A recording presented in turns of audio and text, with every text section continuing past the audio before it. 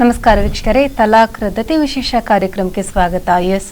ಮುಖ್ಯವಾಗಿ ಭಾರತ ಜಾತ್ಯತೀತ ರಾಷ್ಟ್ರ. ಇಲ್ಲಿ ಯಾವ ರೀತಿ ಒಂದು ಕಾನೂನು ಇದೆ ಅಂತ ಹೇಳಿದ್ರೆ, ಮುಖ್ಯವಾಗಿ ಸಂವಿಧಾನ, ಕಾನೂನು ವ್ಯವಸ್ಥೆ ಎಲ್ಲಿಗೆ ಸಮಾನವಾಗಿದ್ರೂ ಕೂಡ ಆ ಜಾತ್ಯತೀತ ರಾಷ್ಟ್ರ ಆಗಿರೋದ್ರಿಂದ ಒಂದೊಂದು ಸಮುದಾಯಗಳು ಒಂದೊಂದು ಅವರ ಧರ್ಮಕ್ಕೆ ಅನುಗುಣವಾಗಿ ಕೆಲವೊಂದು ಕಾನೂನುಗಳನ್ನ ಪಾಲನೆ ಮಾಡ್ತಾ ಇವೆ. ಇವಾಗ ಮುಖ್ಯವಾಗಿ ಏನಂತ ಹೇಳಿದ್ರೆ, ನಾಗರಿಕ ಸಂಹಿತೆ, ಸಮಾನ ನಾಗರಿಕ ಸಂಹಿತೆನ ಜಾರಿ ತರಬೇಕು ಅಂತ ಹೇಳಿ ಕಾನೂನು ಆಯೋಗ ಈ ಒಂದು ಪ್ರಸ್ತಾಪನ ಮುಂದಿಟ್ಟಿದೆ. ಈ ಒಂದು ಇದರ ಮುಖ್ಯವಾದ ಉದ್ದೇಶ ಏನು ಅಂತ ಹೇಳಿದ್ರೆ, ಮುಖ್ಯವಾಗಿ ಮಹಿಳೆಯರ ಹಕ್ಕುಗಳ ರಕ್ಷಣೆಯನ್ನ ಮಾಡುವಂತಹ ಅಗತ್ಯತೆ ಇರೋದ್ರಿಂದ ಇದೊಂದು ಮುಖ್ಯವಾಗಿ ಬೇಕು ಅನ್ನುವಂಥದ್ದು. ಈ ಒಂದು ಪ್ರಸ್ತಾಪ ಕೇಳಿ ಬಂದಾಗ ಸಾಕಷ್ಟು ಚರ್ಚೆಗೆ ಅಥವಾ ಏನು ವಿವಾದಕ್ಕೆ ಗ್ರಾಸವಾಗಿರುವಂತಹ ವಿಚಾರ ಏನಂತ ಹೇಳಿದ್ರೆ, ಮುಸ್ಲಿಂ ಧರ್ಮದಲ್ಲಿ ಅಥವಾ ಆ ಸಮುದಾಯದಲ್ಲಿ ಇರುವಂತಹ ತಲಾಕ್ ಪದ್ಧತಿ ಅನ್ನುವಂಥದ್ದು ಸಾಕಷ್ಟು ವಿಷಯಕ್ಕೆ ಚರ್ಚೆಗೆ ಕಾರಣವಾಗಿದೆ ಅಂತ ಹೇಳ್ಬೋದು. ಮುಖ್ಯವಾಗಿ ತಲಾಕ್ ಪದ್ಧತಿನ ಬೇಡ ಅನ್ನುವಂಥ ಒಂದು ವರ್ಗದವರಿದ್ರೆ, ಬೇಕು ಅನ್ನುವಂಥ ವರ್ಗದವರು ಕೂಡ ಇದ್ದಾರೆ. ಸೊ ಇದರ ಬಗ್ಗೆ ಇವತ್ತು ಫೋಕಸ್ ಮಾಡ್ತಾ ಇದ್ದೀವಿ. ಈ ಬಗ್ಗೆ ಮಾತಾಡಲಿಕ್ಕೆ ವಿಶೇಷವಾಗಿ ನಮ್ಮ ಜೊತೆ ಬಿಜೆಪಿ ವಕ್ತಾರರಾದ ಜಿತೇಂದ್ರ ಕುಟಾರ್ ಇದ್ದಾರೆ. ಅವರಿಗೆ ಕಾರ್ಯಕ್ರಮಕ್ಕೆ ಸ್ವಾಗತ, ನಮಸ್ಕಾರ. ಅದೇ ರೀತಿ ನಮ್ಮ ಜೊತೆ ಇದ್ದಾರೆ SSF ನ ನ್ಯಾಷನಲ್ ಸೆಕ್ರೆಟರಿ ಆಗಿರುವಂತಹ ಅಬೂಬಕರ್ ಸಿದ್ದಿಕ್ ಅವರು. ಇವರಿಗೆ ಕೂಡ ಕಾರ್ಯಕ್ರಮಕ್ಕೆ ಸ್ವಾಗತ, ನಮಸ್ಕಾರ. ವೀಕ್ಷಕರೇ, ಇವತ್ತು ಮಾತಾಡೋಣ. ತಲಾಕ್ ರದ್ದತಿಗೆ ಪ್ರಸ್ತಾಪಗಳು ಬಂದಿದೆ, ಇದರ ಬಗ್ಗೆ ಜನರ ಅಭಿಪ್ರಾಯ ಹೇಗಿದೆ, ಅದೇ ರೀತಿ ನಮ್ಮ ಅತಿಥಿಗಳ ಅಭಿಪ್ರಾಯ ಹೇಗಿದೆ ಅನ್ನೋದನ್ನ ಕೇಳೋಣ. ಮೊದಲನೇದಾಗಿ ನಾನು ಸಿದ್ದಿಕ್ ಅವ್ರನ್ನ ಕೇಳಬೇಕು. ಏನಂತ ಹೇಳಿದ್ರೆ, ಸಾಕಷ್ಟು ಚರ್ಚೆ ಗ್ರಾಸ ಆಗಿದೆ. ತಲಾಕ್ ಅನ್ನುವಂಥದ್ದು ರದ್ದತಿ ಮಾಡಬೇಕು, ಸಮಾನ ಕಾನೂನು ಸಂಹಿತೆ ಭಾರತದಲ್ಲಿ ಇರಬೇಕು ಅನ್ನುವಂಥದ್ದು ಆಶಯ ಒಂದು ಕಡೆ ವ್ಯಕ್ತ ಆದರೆ, ಮತ್ತೊಂದು ಕಡೆ ತಲಾಕ್ ಅನ್ನುವಂಥದ್ದು ಧರ್ಮಕ್ಕೆ ಅನುಗುಣವಾಗಿಯೇ ಇದೆ, ಇದು ಬೇಕು ಅನ್ನುವಂಥ ವಾದ ಮಾಡುವಂಥ ಒಂದು ವರ್ಗ ಕೂಡ ಇದೆ. ಸೊ ತಲಾಕ್ ನಿಮ್ಮಲ್ಲಿ ಯಾವ ರೀತಿ ಇದೆ ಮುಸ್ಲಿಂ ಧರ್ಮದಲ್ಲಿ? ತಲಾಕ್ ಅಂತ ಹೇಳುವಂಥದ್ದು, ಅದರ ಪದದ ಅರ್ಥವೇನು ಅಂತ ಹೇಳಿದ್ರೆ, ಸಂಕೋಲೆಯನ್ನು ಬಿಚ್ಚುವಂಥದ್ದು ಅಂತ. ಯಾವಾಗ ದಂಪತಿಗಳ ನಡುವಿನ ಬಾಂಧವ್ಯ ಕೆಟ್ಟು ಹೋಗಿ ಅದೊಂದು ಬಂಧನ ಆಗ್ತಕ್ಕಂತಹ, ಇನ್ನು ಅವರಿಗೆ ಸುಗಮವಾಗಿ ಬದುಕಲಿಕ್ಕೆ ಸಾಧ್ಯ ಇಲ್ಲ ಎನ್ನುವಂತಹ ಒಂದು ಹಂತ ಬಂದಾಗ ನಾವು ಕಾಣ್ತೇವೆ, ಕೆಲವೊಮ್ಮೆ ಆತ್ಮಹತ್ಯೆಗೆ ಹೆಣ್ಮಕ್ಳು ಹೋಗ್ತಾರೆ. ಅಂತಹ ಸನ್ನಿವೇಶ ಸೃಷ್ಟಿ ಆಗಬಾರದು. ಮುಂದೆ ಕೂಡ ಅವರಿಗೆ ಬದುಕು ಇದೆ ಅನ್ನುವುದನ್ನ ಅವರಿಗೆ ಅವರು ಅನುಭವಿಸಬೇಕು. ಅಂತಹ ಸಂದರ್ಭದಲ್ಲಿ ಅವರಿಗೆ ತಲಾಕ್ ಕೊಡುವಂತಹ ಅವಕಾಶವನ್ನ ಎಲ್ಲ ಧರ್ಮಗಳಲ್ಲಿ ಕೂಡ ನಾನು ತಿಳಿದಾಗ ಎಲ್ಲ ಸಮುದಾಯಗಳಲ್ಲಿ ಕೂಡ ವಿಚ್ಛೇದನ ಮಾಡ್ತಕ್ಕಂತ ಕ್ರಿಯೆಗಳು ನಡೀತಾ ಇತ್ತು, ಅಂತ ಒಂದು ಕೆಲಸಗಳು ನಡೀತಾ ಇರ್ತವೆ. ಅದನ್ನು ಧರ್ಮದ ಒಂದು ಭಾಗವಾಗಿ, ಇಸ್ಲಾಂನಲ್ಲಿ ಪ್ರತಿಯೊಂದನ್ನು ಕೂಡ ಧರ್ಮದ ಒಂದು ಭಾಗವಾಗಿ ಕಾಣ್ತದೆ. ಪ್ರತಿಯೊಂದು ವಿಷಯದಲ್ಲೂ ಕೂಡ ಧರ್ಮ ಇಂಟರ್ಫಿಯರ್ ಆಗ್ತದೆ. ಅದೇ ರೀತಿ ಈ ವಿಷಯದಲ್ಲಿ ಕೂಡ ಅವರಿಗೆ ಒಂದು ಅವಕಾಶವನ್ನು ಕೊಟ್ಟಿದೆ. ಅದರ ಉದ್ದೇಶ ಹೇಳಿದ್ರೆ ಹೆಣ್ಣನ್ನ ರಕ್ಷಣೆ ಮಾಡ್ತಕ್ಕಂಥ, ಅದೇ ರೀತಿ ಗಂಡನ್ನು ಕೂಡ. ಇಲ್ಲಿ ಬಹಳ ಗಮನಾರ್ಹವಾದ ಒಂದು ವಿಷಯ ಅಂತ ಹೇಳಿದ್ರೆ, ಗಂಡಿಗೆ ಮಾತ್ರ ಅಲ್ಲ ಈ ಹಕ್ಕು ಇರುವಂತದ್ದು. ಒಂದು ಹೆಣ್ಣು ಕೂಡ ಯಾವಾಗ ತನಗೆ ಗಂಡು ಬೇಡ ಅಂತ ಅನಿಸ್ತದೆ, ಆ ಗಂಡಿನೊಂದಿಗೆ ನನಗೆ ಬದುಕಲಿಕ್ಕೆ ಸಾಧ್ಯವೇ ಇಲ್ಲ ಅನ್ನುವಂತ ಉಸಿರುಗಟ್ಟುವಂತ ಒಂದು ವಾತಾವರಣ ಬರ್ತದೆ, ಆವಾಗ ಹೆಣ್ಣು ಕೂಡ ಅವಕಾಶವನ್ನ ಬಳಸಲಿಕ್ಕೆ ಇಸ್ಲಾಂ ಅವಕಾಶ ಕೊಡ್ತದೆ. ನಮ್ಮ ಮೊಹಮ್ಮದ್ ನಮ್ಮ ಲಾದಲ್ಲಿ ಕೂಡ ನಾವು ಕಾಣ್ತೀವಿ. ಓಕೆ, ಜಿತೇಂದ್ರ ಕೊಠಾರಿ ಅವರು, ಮುಖ್ಯವಾಗಿ ಕೇಳ್ಬೇಕಂತ ಹೇಳಿ, ಮುಸ್ಲಿಂ ಅಲ್ಲಿ ತಲಾಕ್ ಇದೆ. ಸೊ ಇದನ್ನ ವಿರೋಧಿಸ್ತಾ ಇರುವಂತವ್ರು ನಾನ್ ಮುಸ್ಲಿಮ್ಸ್. ಮುಖ್ಯವಾಗಿ ಒಂದೆರಡು ಕೇಸ್ಗಳನ್ನ ನಾವು ನೋಡಿತೀವಿ. ಈ ತರ ಏನು ತಲಾಕ್ ಬೇಡ ಅಂತ ಹೇಳಿ ಮುಸ್ಲಿಂ ಮಹಿಳೆಯೊಬ್ಬಳು ಕೋರ್ಟ್ಗೆ ಹೋಗಿರೋಂಥ ಒಂದೆರಡು ಕೇಸ್ಗಳನ್ನ ನೋಡ್ತೀವಿ. ಆದ್ರೆ ಹೆಚ್ಚಾಗಿ ನೋಡಿದ್ರೆ ನಾನ್ ಮುಸ್ಲಿಮ್ಸ್ ನಾವು ಹೇಳ್ತೀವಿ ತಲಾಕ್ ಬೇಡ ಅಂತಂದ್ಬಿಟ್ಟು. ಯಾವ ವ್ಯೂ ಇಂದ ನಾವು ಬೇರೆಯವರು ಈ ರೀತಿ ವಾದಿಸ್ತಾ ಇದ್ದಾರೆ? ಇವತ್ತು ತ್ರಿವಳಿ ತಲಾಕ್ನ ಬಗ್ಗೆ ಚರ್ಚೆ ನಡೀತಾ ಇದೆ ದೇಶದಲ್ಲಿ. ಯಾವುದೇ ಒಂದು ವಿಚಾರದಲ್ಲಿ ಚರ್ಚೆ ನಡೀಬೇಕಾದ್ರೆ ಅದಕ್ಕೆ ಪ್ರಾರಂಭದಲ್ಲಿ ಒಂದು ಬೆಂಕಿ ಕೊಡುವಂತ ಒಂದು ವ್ಯವಸ್ಥೆ ಇದೆ, ಘಟನೆ ನಡೀತದೆ. ಯಾಕೆ ಸುಪ್ರೀಂ ಕೋರ್ಟಿಗೆ ಹೋಗ್ತದೆ ಒಂದು ಕೇಸು ಅಂತ ಕೇಳಿದ್ರೆ, ಅದನ್ನ ತಕೊಂಡು ಹೋಗುವವರು ಯಾರು, ಯಾಕೆ ತಕೊಂಡು ಹೋಗ್ತಾರೆ ಅಂತ ಹೇಳುವಂಥದ್ದನ್ನು ಚರ್ಚೆ ಮಾಡುವ. ಇಲ್ಲಿ ಮುಸ್ಲಿಂ ಮಹಿಳಾ ಹೋರಾಟಗಾರರು ಸುಮಾರು 16 ಸಂಘಟನೆಗಳಿದೆ. ಈ 16 ಸಂಘಟನೆಗಳು ಇದರ ವಿರುದ್ಧವಾಗಿ ಇವತ್ತು ದೇಶದಲ್ಲಿ ಹೋರಾಟ ಮಾಡ್ತಾ ಇದೆ. ಆವಾಗ 1-2-3 ಕೇಸುಗಳು ಸುಪ್ರೀಂ ಕೋರ್ಟಿಗೆ ಹೋಗ್ತದೆ. ಹೋದಾಗ ಸುಪ್ರೀಂ ಕೋರ್ಟ್ ಕೇಂದ್ರ ಸರ್ಕಾರದನ್ನ ಇದರ ಬಗ್ಗೆ ನಿಮ್ಮ ಅಭಿಪ್ರಾಯವನ್ನು ಕೊಡಿ ಅಂತ ಹೇಳುವಂತ ಒಂದು ಸಾಮಾನ್ಯವಾದಂತಹ ಕಾನೂನು ಪ್ರಕ್ರಿಯೆಗಳು ನಡೀತದೆ. ಸೊ ಅದರ ಪ್ರಕಾರ ನಡೆದಿರ್ತಕ್ಕಂಥ ಒಂದು ತ್ರಿವಳಿ ತಲಾಕ್ನ ಒಂದು ಘಟನೆ ಇವತ್ತು ಚರ್ಚೆ ಆಗ್ತಾ ಇದೆ. ಅದನ್ನ ಅಖಿಲ ಭಾರತೀಯ ಮುಸ್ಲಿಂ ವೈಯಕ್ತಿಕ ಕಾನೂನು ಮಂಡಳಿ ಏನಿದೆ, ನೇರವಾಗಿ ನಮ್ಮ ಸನ್ಮಾನ್ಯ ನರೇಂದ್ರ ಮೋದಿ ಅವರ ವಿರುದ್ಧ ಮಾತಾಡಲಿಕ್ಕೆ ಪ್ರಾರಂಭ ಮಾಡಿದ್ದಾರೆ. ಕೇಂದ್ರ ಸರ್ಕಾರದ ವಿರುದ್ಧ ಮಾತಾಡುವಂತ ಒಂದು ಕೆಲಸವನ್ನ ಮಾಡ್ತಾ ಇದೆ. ಸಾಮಾನ್ಯವಾಗಿ ನಾವು ಹೇಳ್ತೇವೆ, ಭಾರತೀಯ ಸಂವಿಧಾನದ ಆರ್ಟಿಕಲ್ 44ರಲ್ಲಿ ಒಂದು ಕೋಟ್ ಮಾಡಿದೆ. ಈ ದೇಶದ ಆಡಳಿತ ಹೇಗಿರಬೇಕು ಅಂತ ಹೇಳಿದ್ರೆ, ಎಲ್ಲರೂ ಜಾತ್ಯತೀತತೆಯ ನೆಲೆಗಟ್ಟಿನಲ್ಲಿ ಸಮಾನ ನಾಗರಿಕ ಸಂಹಿತೆಯ ಮುಖಾಂತರ ಏಕರೂಪದ ಕಾನೂನಿನ ಮುಖಾಂತರ ಈ ದೇಶವನ್ನು ಆಳಬೇಕು ಅಂತ ಸಂವಿಧಾನ ನಮ್ಮ ದೇಶದ ಸಂವಿಧಾನದ 44ನೇ ಆರ್ಟಿಕಲ್ ಹೇಳ್ತದೆ. ನಮ್ಮ ದುರ್ದೈವ ನಮ್ಮ ದೇಶದ್ದು, ನಮ್ಮ ದೇಶವನ್ನ ಆಳಿರ್ತಕ್ಕಂಥ ಹೆಚ್ಚು 55 ವರ್ಷಗಳ ಕಾಲ ಆಳಿರ್ತಕ್ಕಂಥ ಕಾಂಗ್ರೆಸ್ ಸರ್ಕಾರ ಏನಿದೆ, ಇದೆಲ್ಲವನ್ನು ವೋಟ್ ಬ್ಯಾಂಕಿನ ಒಂದು ವಿಚಾರವನ್ನು ಇಟ್ಕೊಂಡು ತುಷ್ಟೀಕರಣದ ರಾಜಕೀಯಕ್ಕೋಸ್ಕರ ಈ ಘಟನೆಗಳನ್ನೆಲ್ಲ ಹೀಗೆ ಜೀವಂತವಾಗಿ ಇಟ್ಟಂತ ಒಂದು ಕಾರಣ. ಇವತ್ತು ಅದನ್ನ ಸರಿ ಮಾಡ್ಲಿಕ್ಕೆ ಹೋದಂತ ಯಾವುದೇ ಸರ್ಕಾರಗಳಿರ್ಲಿ, ಸುಪ್ರೀಂ ಕೋರ್ಟ್, ನ್ಯಾಯಾಂಗ, ಶಾಸಕಾಂಗ, ಇದೆಲ್ಲ ಸರಿ ಮಾಡ್ಲಿಕ್ಕೆ ಹೋದಾಗ ಇಂಥ ಚರ್ಚೆಗಳು ಬರ್ತದೆ. ಸಿದ್ದಿಕವನ್ನ ಕೇಳಬೇಕು ಏನಂತ ಹೇಳಿದ್ರೆ, ಮುಖ್ಯವಾಗಿ ಸಮಾನ ಏನು ಸಂಹಿತೆ ಬೇಕು ಅಂತ ಹೇಳಿ ಎಲ್ಲರೂ ಹೇಳ್ತಾ ಇದ್ದಾರೆ. ಸೊ ಮುಸ್ಲಿಮರಿಗೋಸ್ಕರ ಬೇಕಿದೆ ಬೇರೆನೆ ತಲಾಕ್ ವ್ಯವಸ್ಥೆ ಯಾತಕ್ಕೋಸ್ಕರ ಬೇಕು ಅನ್ನೋಂಥದ್ದು. ನಮ್ಮ ಡಿವೋರ್ಸ್ ಪದ್ಧತಿಗಳು, ನಮ್ಮ ಕಾನೂನು ಏನ್ ಹೇಳುತ್ತೆ ಅದೇ ಪ್ರಕಾರ ವಿಚ್ಛೇದನ ಅನುಸರಿಸೋದಿಕ್ಕೆ ಆಗುದಿಲ್ವಾ? ನೋಡಿ, ಈಗ ಸಮಾನ ನಾಗರಿಕ ಸಂಹಿತೆಯನ್ನ ಕೇವಲ ಮುಸಲ್ಮಾನರಿಗೆ ಮಾತ್ರ ವಿರೋಧ ಇದೆ ಅಂತ ಹೇಳ್ತಕ್ಕಂಥದ್ದು ಸರಿಯಲ್ಲ. ಬದಲು ಭಾರತದಲ್ಲಿ ಬೇರೆ ಬೇರೆ ಅಲ್ಪಸಂಖ್ಯಾತ ಧಾರ್ಮಿಕ ಸಮುದಾಯಗಳಿದೆ, ಹಲವಾರು ಧಾರ್ಮಿಕ, ಎಲ್ಲರಿಗೂ ಕೂಡ ಅವರವರ ವೈಯಕ್ತಿಕವಾದ ಕಾನೂನುಗಳನ್ನ ಪಾಲನೆ ಮಾಡಲಿಕ್ಕೆ ಅಲ್ಲಿ ಅವಕಾಶ ಇದೆ. ನಮ್ಮ ಭಾರತದ ಸಂವಿಧಾನವೇ ಕೊಟ್ಟಿರ್ತಕ್ಕಂಥ ಸ್ವಾತಂತ್ರ್ಯ, ಧಾರ್ಮಿಕ ಸ್ವಾತಂತ್ರ್ಯ ಅಂತಕ್ಕಂಥದ್ದು. ಅದೇ ಸಂದರ್ಭದಲ್ಲಿ ಸಂವಿಧಾನದ ನಿರ್ದೇಶಕ ತತ್ವ ಅದನ್ನ ಸನ್ಮಾನ್ಯ ಇವರು ಉಲ್ಲೇಖ ಮಾಡಿದ್ರು. ಅದರಲ್ಲಿ ಅಂತ ಒಂದು ಪ್ರಸ್ತಾಪ ಇದೆ. ಆದ್ರೆ ಅದು ಮಾತ್ರ ಅಲ್ಲ, ಇನ್ನೂ ಹಲವು ಪ್ರಸ್ತಾಪಗಳಿದೆ. ಉದಾಹರಣೆಗೆ ಸಂಪೂರ್ಣ ಮದ್ಯ ನಿಷೇಧದ ರಾಷ್ಟ್ರವನ್ನು ಕೊಂಡೊಯ್ಯಬೇಕಿರ್ತಕ್ಕಂಥ ಪ್ರಸ್ತಾಪವನ್ನ ಅದೇ ಸಂವಿಧಾನ ನಿರ್ದೇಶಕ ತತ್ವಗಳಲ್ಲಿ ಬಹುಶಃ 25ನೇ ಸೆಕ್ಷನ್ ಕಾಣ್ತದೆ ಇದೆ. ಆದ್ರೆ ಇವತ್ತು ಕೂಡ ನಮಗೆ ಅದನ್ನು ಜಾರಿ ಮಾಡ್ಲಿಕ್ಕೆ ಆಗ್ಲಿಲ್ಲ. ವಾಸ್ತವದಲ್ಲಿ ಅದು ಅತ್ಯಂತ ಅಗತ್ಯ. ಇವತ್ತು ಮದ್ಯಪಾನದಿಂದ ಈ ರಾಷ್ಟ್ರದಲ್ಲಿ ಆಗ್ತಕ್ಕಂತಹ ಬಹುಮುಖಿ ಸಮಸ್ಯೆಗಳು ಅದನ್ನು ನೋಡಿದರೆ ಮಹಾತ್ಮ ಗಾಂಧೀಜಿಯವರು ಹೇಳಿದ್ರು, ನಾನೇನಾದ್ರೂ ಅಧಿಕಾರಕ್ಕೆ ಬಂದರೆ ಮೊದಲು ಮಾಡ್ತಕ್ಕಂಥ ಕೆಲಸ ಸಂಪೂರ್ಣವಾಗಿ ಮದ್ಯವನ್ನ ನಿಷೇಧ ಮಾಡ್ತಕ್ಕದ್ದು ಅಂತ ಹೇಳಿ. ಅದು ಇವತ್ತಿಗೂ ನಮಗೆ ಜಾರಿ ಮಾಡ್ಲಿಕ್ಕೆ ಸಾಧ್ಯ ಆಗಲಿಲ್ಲ. ಅದೇ ಸಂದರ್ಭದಲ್ಲಿ ಒಂದು ಕಡೆಯಲ್ಲಿ ಪ್ರತಿಯೊಂದು ಧರ್ಮದವರಿಗೂ ಕೂಡ ಅವರ ಧಾರ್ಮಿಕ ತತ್ವಗಳನ್ನ ಪಾಲನೆ ಮಾಡ್ತಕ್ಕಂಥ ಅವಕಾಶಗಳನ್ನು ಕೊಟ್ಟು, ಅದರ ಜೊತೆಯಲ್ಲಿ ಇಂತಹ ಏನು ಏಕರೂಪ ಸಂಹಿತೆಯನ್ನ ಜಾರಿ ಮಾಡ್ತಕ್ಕಂಥ ಹೇಳುವಂಥದ್ದು ಅದು ಸಾಧ್ಯ ಇಲ್ಲ. ಎರಡು ಒಟ್ಟಿಗೆ ಹೋಗ್ಲಿಕ್ಕೆ ಸಾಧ್ಯ ಇಲ್ಲ. ಹಾಗಾಗಿ ಖಂಡಿತ ಅವರವರ ಧರ್ಮವನ್ನು ಪಾಲನೆ ಮಾಡ್ತಕ್ಕಂಥ ಅವಕಾಶ ಆ ಧರ್ಮದವರಿಗೆ ಕೊಡ್ಬೇಕು. ಆಗ ಮಾತ್ರ ಈ ಧಾರ್ಮಿಕ ಸ್ವಾತಂತ್ರ್ಯ ಅಂತಕ್ಕಂಥದ್ದು ಅರ್ಥಪೂರ್ಣ ಆಗ್ತದೆ ಅಂತ ಹೇಳಿ ನಾನು ಓಕೆ, ಇದ್ರ ಬಗ್ಗೆ ನೀವೇನ್ ಹೇಳ್ತೀರಾ? ಧಾರ್ಮಿಕತೆ ಅನ್ನುವಂಥದ್ದು ಪ್ರತಿಯೊಬ್ಬರ ವೈಯಕ್ತಿಕ ಸ್ವಾತಂತ್ರ್ಯ ಅಥವಾ ಆ ಒಂದು ಸಮುದಾಯದವರ ಸ್ವಾತಂತ್ರ್ಯ, ಸೊ ಅದನ್ನು ಹರಣ ಮಾಡುವಂಥದ್ದು ಕಾನೂನು ಮುಖಾಂತರ ಸರಿ ಆಗ್ತದ? ನೋಡಿ, ಧಾರ್ಮಿಕ ವಿಚಾರ ಬಂದಾಗ ನಾವು ನೇರ ಇವ್ರು ಹೇಳಿದ ಹಾಗೆ ತಲಾಖ್ ಇವತ್ತು ಶರೀಯತ್ನ ಪ್ರಕಾರ ನಡಿಬೇಕು.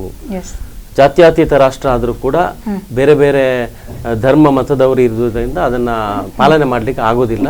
ಅದು ಧರ್ಮಾಧಾರಿತವಾಗಿ ಇರಬೇಕು ಅಂತ ಹೇಳ್ತಾರೆ. ನನ್ನ ಪ್ರಶ್ನೆ, ಇವತ್ತು ನಮ್ಮ ದೇಶದಲ್ಲಿ ಈ ತ್ರಿವಳಿ ತಲಾಕ್ನ ಬಗ್ಗೆ ಒಂದು ಕಾನೂನಿನ ಪ್ರಕ್ರಿಯೆ ನಡೀತಾ ಇದೆ. ಅದಕ್ಕಿಂತ ಮುಂಚೆ ಇಡೀ ಜಗತ್ತಿನಲ್ಲಿ ನೋಡೋದಾದ್ರೆ 21 ದೇಶಗಳಲ್ಲಿ, ಅದು ಕೂಡ 100% ಮುಸ್ಲಿಂ ಜನಸಂಖ್ಯೆ ಇರ್ತಕ್ಕಂಥ ಒಂದು ರಾಷ್ಟ್ರಗಳಾಗಿರ್ತಕ್ಕಂಥ ಈಜಿಪ್ಟ್ ಇರ್ಬೋದು, ಟ್ಯುನೇಷಿಯಾ ಇರ್ಬೋದು, ಪಾಕಿಸ್ತಾನ ಇರ್ಬೋದು, ಸೌದಿ ಇರ್ಬೋದು, ಇಲ್ಲಿ ಎಲ್ಲವೂ ಕೂಡ ಕಾನೂನಿನ ಮುಖಾಂತರ ಈ ತಲಾಖನ ಪ್ರಕ್ರಿಯೆಗಳು ನಡೀತದೆ. ನನ್ನ ಪ್ರಶ್ನೆ ಏನು ಅಂತ ಕೇಳಿದ್ರೆ, ಇಲ್ಲಿಯ ಮುಸ್ಲಿಂ ವೈಯಕ್ತಿಕ ಕಾನೂನು ಮಂಡಳಿಯ ವಿಚಾರಗಳು ಮತ್ತು ಪಾಕಿಸ್ತಾನದಂತಹ ಮುಸ್ಲಿಂ ರಾಷ್ಟ್ರ, ಕಟ್ಟರ್ ರಾಷ್ಟ್ರಗಳಿಗೆ ಅಲ್ಲಿ ಕಾನೂನಿನ ಪ್ರಕಾರ ನಡೆಸಲಿಕ್ಕೆ ಆಗುದಾದ್ರೆ ಜಾತ್ಯತೀತ ರಾಷ್ಟ್ರವಾದ ಭಾರತದಲ್ಲಿ ಯಾಕೆ ಆಗುವುದಿಲ್ಲ ಅಂತ ಒಂದು. ಇನ್ನೊಂದು, ಸಿದ್ದಿಕ್ ಅವರು ಹೇಳಿದಾಗೆ ಎಲ್ಲವನ್ನೂ ಧರ್ಮಾಧಾರಿತ ಮಾಡಬೇಕು ಅಂತ ಹೇಳಿದ್ರು. ಹಾಗಾದ್ರೆ ಇವತ್ತು ನಮ್ಮ ದೇಶದಲ್ಲಿ ಮುಸ್ಲಿಂ ಮುಖಾಂತರ ಶರೀಯತನ್ನೇ ಮಾಡುವಂತಹ ಕೆಲವು ತಲಾಖ್ ಇರಬಹುದು, ಬಹುಪತ್ನಿತ್ವ ಇರಬಹುದು, ಅಥವಾ ಧಾರ್ಮಿಕ ವಿಚಾರಗಳಿರ್ಬೋದು, ಇದೆಲ್ಲ ಶರೀಯತ್ ಬೇಕು ಅಂತ ಹೇಳಿದ್ರೆ ನಮ್ಮ ದೇಶದಲ್ಲಿ ಇನ್ನೊಂದು ಚರ್ಚೆ ಆಗ್ತಾ ಇದೆ. ಹಾಗಾದ್ರೆ ಶರೀಯತ್ ಏನು ಹೇಳ್ತದೆ? ಈ ದೇಶದಲ್ಲಿ ದರೋಡೆ ಮಾಡಿದ್ರೆ, ಅತ್ಯಾಚಾರ ಮಾಡಿದ್ರೆ, ದೇಶದ್ರೋಹ ಮಾಡಿದ್ರೆ ಅವರನ್ನ ಕಠಿಣವಾಗಿರ್ತಕ್ಕಂತಹ ಶಿಕ್ಷೆಗೆ ಒಳಪಡಿಸಬೇಕು, ಸಾರ್ವಜನಿಕವಾಗಿ ಕೊಲ್ಬೇಕು, ಅತ್ಯಾಚಾರ ಮಾಡಿದವನನ್ನ ಸಾರ್ವಜನಿಕವಾಗಿ ಹ್ಯಾಂಗ್ ಮಾಡಬೇಕು, ಅವನನ್ನ ಕುತ್ತಿಗೆವರೆಗೆ ಹೂತು ಅವನಿಗೆ ಕಲ್ಲು ಹೊಡೆದು ಸಾಯಿಸಬೇಕು ಅಂತದ್ದೆಲ್ಲ ಕಠಿಣವಾದಂತಹ ಕೆಲವು ಶರೀಯತ್ತಿನಲ್ಲಿ ಕಾನೂನುಗಳಿದೆ. ಹಾಗಾದ್ರೆ ಇಲ್ಲಿ ಪ್ರಶ್ನೆ ಬರೋದು ಏನು ಅಂತ ಹೇಳಿದ್ರೆ, ಒಂದು ನಿಮಗೆ ಬಹುಪತ್ನಿತ್ವ ತಲಾಖಿಗೆ ಶರೀಯತ್ ಬೇಕು ಅಂತ ಆದ್ರೆ ನಿಮ್ಗೆ ಅದು ಯಾಕೆ IPC ಬೇಕು, ಇಂಡಿಯನ್ ಪೆನಲ್ ಕೋಡ್ ಬೇಕು ಅಂತ ಹೇಳುವಂತ ಪ್ರಶ್ನೆ ಕೂಡ ಇವತ್ತು ದೇಶದಲ್ಲಿ ತುಂಬಾ ಜನ ಕೇಳ್ತಾ ಇದ್ದಾರೆ. ಖಂಡಿತವಾಗಿ ನೀವೇನ್ ಹೇಳ್ತೀರಿ ಇದಕ್ಕೆ? ಬಹಳ ಸ್ಪಷ್ಟ ನಮ್ಮ ಸರ್ ಹೇಳಿದರು. ಆದ್ರೆ ನಾವು ಏನ್ ಹೇಳ್ತಾ ಇದ್ದಂತೆ, ವೈಯಕ್ತಿಕ ಕಾನೂನಿಗೆ ಮಾತ್ರ ಇದನ್ನು ನಾವು ಅನ್ವಯ ಮಾಡ್ತಾ ಇದ್ದೇವೆ ಹೊರತು ಯಾವತ್ತೂ ಕೂಡ ಇಲ್ಲಿನ ಮುಸಲ್ಮಾನರು ನಮಗೆ ಕ್ರಿಮಿನಲ್ ಕೋಡ್ ಏನು ಅಪರಾಧ ಸಂಹಿತೆಯಲ್ಲಿ ಕೂಡ ನಮ್ಮ ಶರೀಯತನ್ನು ಪಾಲನೆ ಮಾಡಬೇಕು ಅಂತ ಹೇಳಿ ಎಲ್ಲೂ ಕೂಡ ಕೇಳಿಲ್ಲ. ಇವರು ಸುಮಾರು 21 ರಾಷ್ಟ್ರಗಳ ಬಗ್ಗೆ ಹೇಳಿದರು. ಅಲ್ಲೆಲ್ಲ ಕಾನೂನಿನ ಮೂಲಕ ಇದರಲ್ಲಿ ಬದಲಾವಣೆ ತಂದಿದ್ದಾರೆ ಅಂತ ಹೇಳಿ. ಅಲ್ಲಿ ನಾವು ಗಮನಿಸಬೇಕಾದ ವಿಚಾರ ಅಂತ ಹೇಳಿದ್ರೆ ಅದೊಂದು ಶರಿಯತ್, ಅಲ್ಲಿ ಕಾನೂನ ಶರಿಯತ್, ಧಾರ್ಮಿಕವಾದಂತಹ ಶಾಸನಗಳೇನಿದೆಯೋ ಅದು ಅಲ್ಲಿನ ಕಾನೂನು. ಅಲ್ಲಿ ಇವರು ಹೇಳಿದ ಹಾಗೆ ಅತ್ಯಾಚಾರ ಮಾಡಿದವರನ್ನ ಕೊಲ್ತಾರೆ, ಆಮೇಲೆ ಮದ್ಯಪಾನ ಮಾಡಿದವರನ್ನ ಕಲ್ಲೆಸೀತಾರೆ, ಇತ್ಯಾದಿ ಕಾನೂನುಗಳಲ್ಲಿ ಜಾರಿ ಮಾಡ್ತಾರೆ. ಆದ್ರೆ ನಮ್ಮದು ಅದೇ ರೀತಿ ಅಲ್ಲಿ ಇನ್ನು ಅದು ಮಾತ್ರ ಅಲ್ಲ, ಈಗ 21 ರಾಷ್ಟ್ರ ಅಂತ ಹೇಳಿದ್ರೆ ಸಂಪೂರ್ಣವಾಗಿ ಮುಸ್ಲಿಂ ರಾಷ್ಟ್ರಗಳು ಸುಮಾರು 57-58 ರಾಷ್ಟ್ರಗಳಿವೆ. ಅದರಲ್ಲಿ 21 ರಾಷ್ಟ್ರಗಳಲ್ಲಿ ಅಲ್ಲಿ ಏನು ಕಾನೂನು ಇದೆ ಅಂತ ಹೇಳುವುದಕ್ಕೆ ನಾನು ಅದರ ಬಗ್ಗೆ ನೋಡ್ಕೊಂಡಿಲ್ಲ. ಆದ್ರೆ ಒಂದು ವಿಚಾರ ಬಹಳ ಸ್ಪಷ್ಟ, ಆ ರಾಷ್ಟ್ರಗಳಲ್ಲಿ ಇರತಕ್ಕಂತ ಎಲ್ಲ ವಿಷಯಗಳನ್ನು ನಾವು ಅನ್ವಯ ಮಾಡ್ಲಿಕ್ಕೆ ಸಾಧ್ಯ ಇಲ್ಲ. ನಮ್ಗೆ ನಮ್ಮದು ಜಾತ್ಯತೀತ ರಾಷ್ಟ್ರ ಅಂತ ಹೇಳಿದ್ದೇನೆ, ಎಲ್ಲ ಜಾತಿಯವರಿಗೂ ಕೂಡ ಅವರವರ ಜಾತಿಯ ಧರ್ಮದ ಸಂಪ್ರದಾಯಗಳನ್ನ ಪಾಲನೆ ಮಾಡ್ಲಿಕ್ಕೆ ಅವಕಾಶ ಕೊಟ್ಟಿರ್ತಕ್ಕಂತಹ ಒಂದು ವ್ಯವಸ್ಥೆ ನಮ್ಮದು. ಈ ಒಂದು ವ್ಯವಸ್ಥೆಯಲ್ಲಿ ನಾವು ಏನ್ ಮಾಡ್ತೇವೆ, ಅಪರಾಧ ಸಂಹಿತೆ ವಿಷಯದಲ್ಲಿ ನಾವು ಎಲ್ಲರೂ ಒಂದೇ ರೀತಿ. ಯಾಕಂತ ಹೇಳಿದ್ರೆ ಅದು ಅಲ್ಲ, ಅದನ್ನೇ ನಾನು ಪ್ರಶ್ನೆ ಮಾಡುದು. ಅಪರಾಧ ಸಂಹಿತೆ ಒಂದೇ ರೀತಿ ಬೇಕು. ಡೈವರ್ಸ್ ವಿಚಾರದಲ್ಲಿ ಯಾಕೆ ಧರ್ಮ ಅಲ್ಲ, ಸಂವಿಧಾನ ಹಾಗೆ ಕೊಡ್ಲಿಲ್ಲ. ಸಂವಿಧಾನ ಆರ್ಟಿಕಲ್ 44 ಅದನ್ನೇ ಹೇಳುವಂತದ್ದು, ಎಲ್ರಿಗೂ ಸಮಾನ ನಾಗರಿಕ ಸಂಹಿತೆ ಹಕ್ಕನ್ನ ನೀಡಿ ನೀವು ಆಡಳಿತ ಮಾಡಿ ಅಂತ ಹೇಳಿರುವಂತದ್ದು. ಆದ್ರೆ ಅದನ್ನೇ ಹೇಳುದು. ಈಗ ಸಿದ್ದಿಕ್ ಅವರು ಹೇಳ್ತಾರೆ, ಅಪರಾಧ ಕೋಡ್ ಏನಿದೆ, ಕ್ರಿಮಿನಲ್ ಕೋಡಿಗೆ ಅವರಿಗೆ ಇಂಡಿಯನ್ ಪ್ಯಾನಲ್ ಕೊಡ್ಬೇಕು, ಈ ಶರಿಯತ್ ಬಾಕಿ ಇದಕ್ಕೆಲ್ಲ ಶರಿಯತ್ ಬೇಕು ಅಂತ ಹೇಳಿದ್ರೆ ಅಲ್ಲಿ ಜಾತ್ಯತೀತ ರಾಷ್ಟ್ರ ಅಲ್ಲ ಅಂತ ಹೇಳುವಂತ ಒಂದು ವಿಚಾರ ಸ್ಪಷ್ಟವಾಗಿ ನಮ್ಮ ದೇಶದಲ್ಲಿ ಬರ್ತದೆ. ಜಾತ್ಯತೀತ ರಾಷ್ಟ್ರ ಅಂದ್ರೆ ಯಾವುದೇ ಜಾತಿಯ ಆಧಾರದಲ್ಲಿ ಇಲ್ಲದೆ ಜಾತ್ಯತೀತವಾಗಿ, ಧರ್ಮಾಧಾರಿತವಾಗಿ ಅಲ್ಲ, ಜಾತ್ಯತೀತ ಆಧಾರಿತದಲ್ಲಿ ನಾವು ದೇಶ ಆಳ್ಬೇಕು ಅಂತ ಹೇಳುವಂತದ್ದನ್ನು ಕೇಳಿದ್ದು. ಅದರ ಪ್ರಕಾರ ಇದು ಚರ್ಚೆ ಮಾಡುವಂತದ್ದು ಈಗ 67-68 ವರ್ಷದ ನಂತರ ಇಂಥದನ್ನೆಲ್ಲ ಸರಿ ಮಾಡ್ಲಿಕ್ಕೆ ಹೋದಾಗ ಈ ಚರ್ಚೆಗಳು ಬರ್ತದೆ. ಪ್ರಾರಂಭದಲ್ಲಿ ಸ್ವಾತಂತ್ರ್ಯದ ಪೂರ್ವದಲ್ಲೇ ಇದನ್ನ ಆಲೋಚನೆ ಮಾಡಿರ್ತಕ್ಕಂಥ ನಮ್ಮ ಕಾನೂನು ತಜ್ಞರು ಯಾರಿದ್ದಾರೆ ಅದನ್ನ ನಮ್ಮ ಸಂವಿಧಾನದ ಮುಖಾಂತರ ಕೊಟ್ಟಿದ್ದಾರೆ. ಆದ್ರೆ ನಂತರದಲ್ಲಿ ನಮ್ಮ ದುರ್ದೈವ, ನಮ್ಮನ್ನ ಆಡಳಿತ ಮಾಡಿರ್ತಕ್ಕಂಥ ವ್ಯವಸ್ಥೆಗಳು ಇದನ್ನ ಮಾಡ್ಲಿಲ್ಲದೆ ಕಾರಣ ಇವತ್ತು ನಮಗೆ ಈ ಸಮಸ್ಯೆಗಳು ಬರ್ತದೆ. ಇದಕ್ಕೆ ನರೇಂದ್ರ ಮೋದಿ ಅವರನ್ನ ಅಥವಾ ಭಾರತೀಯ ಜನತಾ ಪಾರ್ಟಿಯ ಕೇಂದ್ರ ಸರ್ಕಾರವನ್ನ ದೂರುವಂತಹದ್ದು ಅದು ಒಂದು ತರ ರಾಜಕೀಯ ಬೆಳವಣಿಗೆ. ಇದನ್ನ ಯಾವುದೋ ಒಂದು ರಾಜಕೀಯ ವಿರೋಧಿಗಳು ಮಾಡ್ತಾರೆ ಅಂತ ಕಾಣುದು. ಇದನ್ನ ಇನ್ನೂ ಒಂದು ವಿಷಯವಿದೆ ನೋಡಿ, ಈ ಕಾನೂನು ಆಯೋಗ ಏನಿದೆ ಇದನ್ನ ಸಾರ್ವಜನಿಕರ ಅಭಿಪ್ರಾಯಕ್ಕೆ ಮಂಡನೆ ಮಾಡಿದ್ದಾರೆ.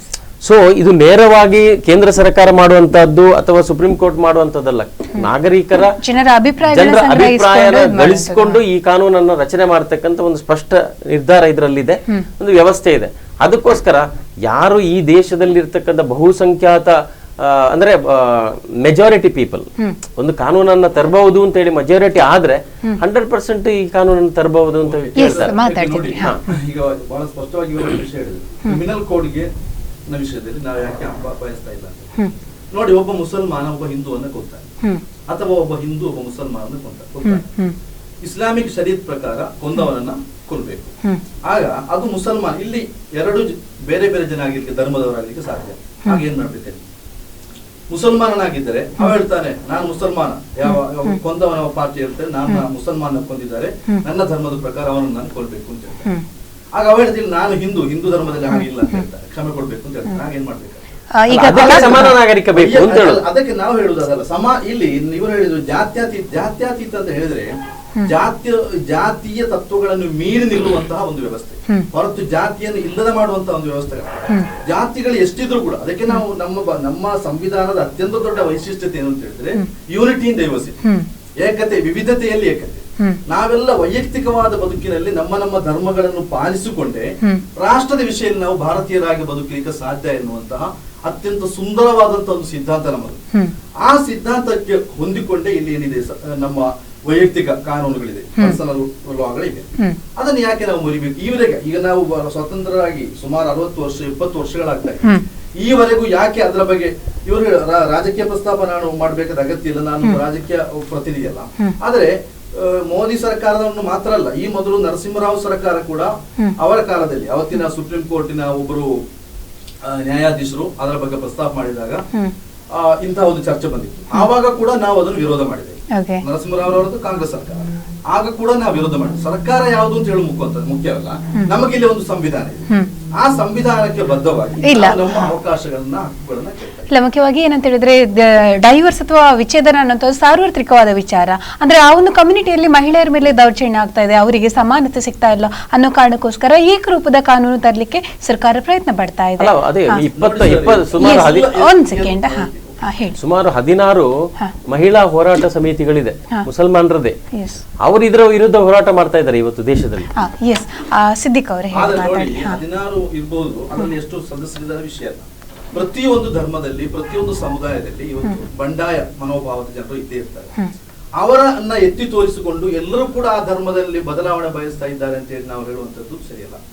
ಉದಾಹರಣೆಗೆ ಮಠಾಧೀಶರ ವಿಷಯ, ನಾನು ಇವತ್ತು ಸನ್ಮಾನ್ಯ ಸ್ವಾಮೀಜಿಗಳು, ಪೇಜಾವರ ಸ್ವಾಮೀಜಿಗಳು ಒಂದು ಪ್ರಸ್ತಾಪ ನೋಡಿದೆ. ಏನು, ನಮ್ಮ ಮಠಕ್ಕೆ ಯಾರೋ ಮುತ್ತಿಗೆ ಹಾಕಕ್ಕೆ ಬರ್ತಾರೆ ಅಂತ ಸಂದರ್ಭದಲ್ಲಿ ನಾನು ಉಪವಾಸ ಕೂರ್ತೇನೆ ಅಂತ ಹೇಳಿ. ಯಾರು ಮುಸಲ್ಮಾನರು ಹೋಗಿಲ್ಲ. ಇಲ್ಲ, PFI ಅವರು ಇದ್ದಾರೆ ಇದರಲ್ಲಿ. ಅದು ನಮಗೆ ಗೊತ್ತಿಲ್ಲ. ಅದರಲ್ಲಿ ಮುಸಲ್ಮಾನರು ಇದ್ದಾರೆ, ಸಮಾನ ಮನಸ್ಕರು ಅಂತ ಹೇಳುವಂತ ಒಂದು ಹೆಸರಲ್ಲಿ PFI ಅವರು ಇದ್ದಾರೆ, ಕಮ್ಯುನಿಸ್ಟ್ ಅವರು ಇದ್ದಾರೆ, ಎಡಪಂಥೀಯರು ಇದ್ದಾರೆ, ಇವರೆಲ್ಲ ಇದ್ದಾರೆ. ಎಲ್ಲರೂ ಕೂಡ ಕೋಮು ಸೌಹಾರ್ದ ಸಂಘಟನೆ ಅಂತ ಹೇಳ್ತಾರೆ. ಹಿಂದೂ ಧರ್ಮದ ಜನರಾಗಿ ಅಲ್ಲ, ಮುಸಲ್ಮಾನರು ಇದ್ದಾರೆ ಅದರಲ್ಲಿ.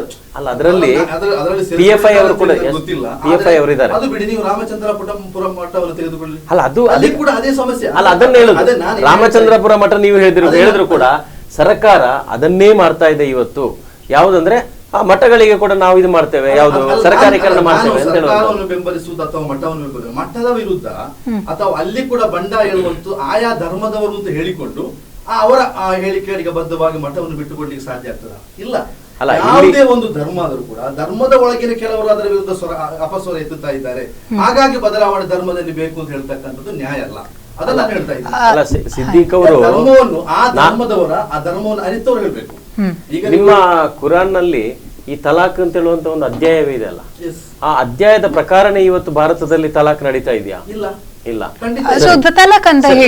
ಹಾಗಾದ್ರೆ ಅಲ್ಲಲ್ಲ, ಒಂದ್ ನಿಮಿಷ, ಅದನ್ನೇ ಹೇಳುವಂತದ್ದು. ಇವತ್ತು ಪಾಕಿಸ್ತಾನ, ಟ್ಯುನೇಷಿಯಾ, ಈಜಿಪ್ಟ್ ಇಂಥ ರಾಷ್ಟ್ರಗಳು ತಲಾಕ್ ಅಂತ ಹೇಳುವಂತ ಕುರಾನ್ ನಲ್ಲಿರುವ ಸುಲೇಮಗಳು ಹೇಳಿರ್ತಕ್ಕಂಥ ಅಧ್ಯಾಯ ಏನಿದೆ, ಆ ಅಧ್ಯಾಯದ ಪ್ರಕಾರ ತಲಾಕ್ ನಡೀತಾ ಇದೆ ಅಲ್ಲಿ. ಯಾಕಂದ್ರೆ ಕಾನೂನಿನ ಮುಖಾಂತರ. ನಮ್ಮ ದೇಶದಲ್ಲಿ ಆ ಅಧ್ಯಾಯದ ಮುಖಾಂತರ ತಲಾಕ್ ನಡೀತಾ ಇಲ್ಲ. ಅದು ನೋಡಿ, ಅಲ್ಲಲ್ಲ, ಅವರ ತಲಾಕ್ ಪ್ರಕಾರ ಒಂದ್ಸಲ ತಲಾಕ್ ಹೇಳಿದ್ಮೇಲೆ 3 ತಿಂಗಳ ಕಾಲ ಅವಕಾಶವನ್ನು ಕೊಡಬೇಕು. ನಂತರ ಆ 3 ತಿಂಗಳಲ್ಲಿ ಏನಾದ್ರೂ ಮನಸ್ತಾಪ ಸರಿಯಾಗಿ ಅವರಲ್ಲಿ ಭಿನ್ನಾಭಿಪ್ರಾಯಗಳು ಹೋಗಿ ಸರಿಯಾದ್ರೆ ಅಲ್ಲಿ ಮುಗೀತು. ಇಲ್ಲ ಅಂತ ಹೇಳಿದ್ರೆ ಇನ್ನೊಂದು ಸಲ ತಲಾಕ್ ಅಂತ ಹೇಳಿದ್ಮೇಲೆ ವಾಪಸ್ 3 ತಿಂಗಳು ಕಾಲಾವಕಾಶ ಕೊಡಬೇಕು ಅಂತ. ಅಲ್ಲಲ್ಲ, ಅದನ್ನು ನಡೆಯುವುದಿಲ್ಲ ಈ ದೇಶದಲ್ಲಿ ಅಂತ ಮುಸ್ಲಿಂ ಮಹಿಳೆಯರು ಇದರ ವಿರುದ್ಧ ಹೋರಾಟ ಮಾಡುವಂತದ್ದು. ಅದಕ್ಕೋಸ್ಕರ ಇಲ್ಲಿ ಚರ್ಚೆ ಬರುವಂತದ್ದು. ಹಾಗೆ ಪಾಕಿಸ್ತಾನ ಅಂದ್ರೆ ಮುಸ್ಲಿಂ ರಾಷ್ಟ್ರ ಏನಿದೆ, ಆ ರಾಷ್ಟ್ರಗಳಲ್ಲಿ ಇದ್ರ ಬಗ್ಗೆ ಚರ್ಚೆ ಇಲ್ಲ. ಯಾಕೆ ಅಂತ ಹೇಳಿದ್ರೆ ಅದು ತಲಾಕ್ ಅಂತ ಹೇಳುವಂತ ಅಧ್ಯಾಯದ ಪ್ರಕಾರನೇ ಇವರ ಕುರಾನ್ನ ಪ್ರಕಾರ ನಡೀತಾ ಇದೆ ಅಂತ ಹೇಳುವಂತದ್ದು ನಮ್ಮ ಗಮನಕ್ಕೆ ಬಂದದ್ದು, ನನ್ನ ಗಮನ. ಇಲ್ಲಿ ಅದು ನಡೆಯುವುದಿಲ್ಲ ಅಂತ ಹೇಳುವಂತದ್ದನ್ನ ಮುಸ್ಲಿಂ ಕೆಲವು ಮಹಿಳೆಯರು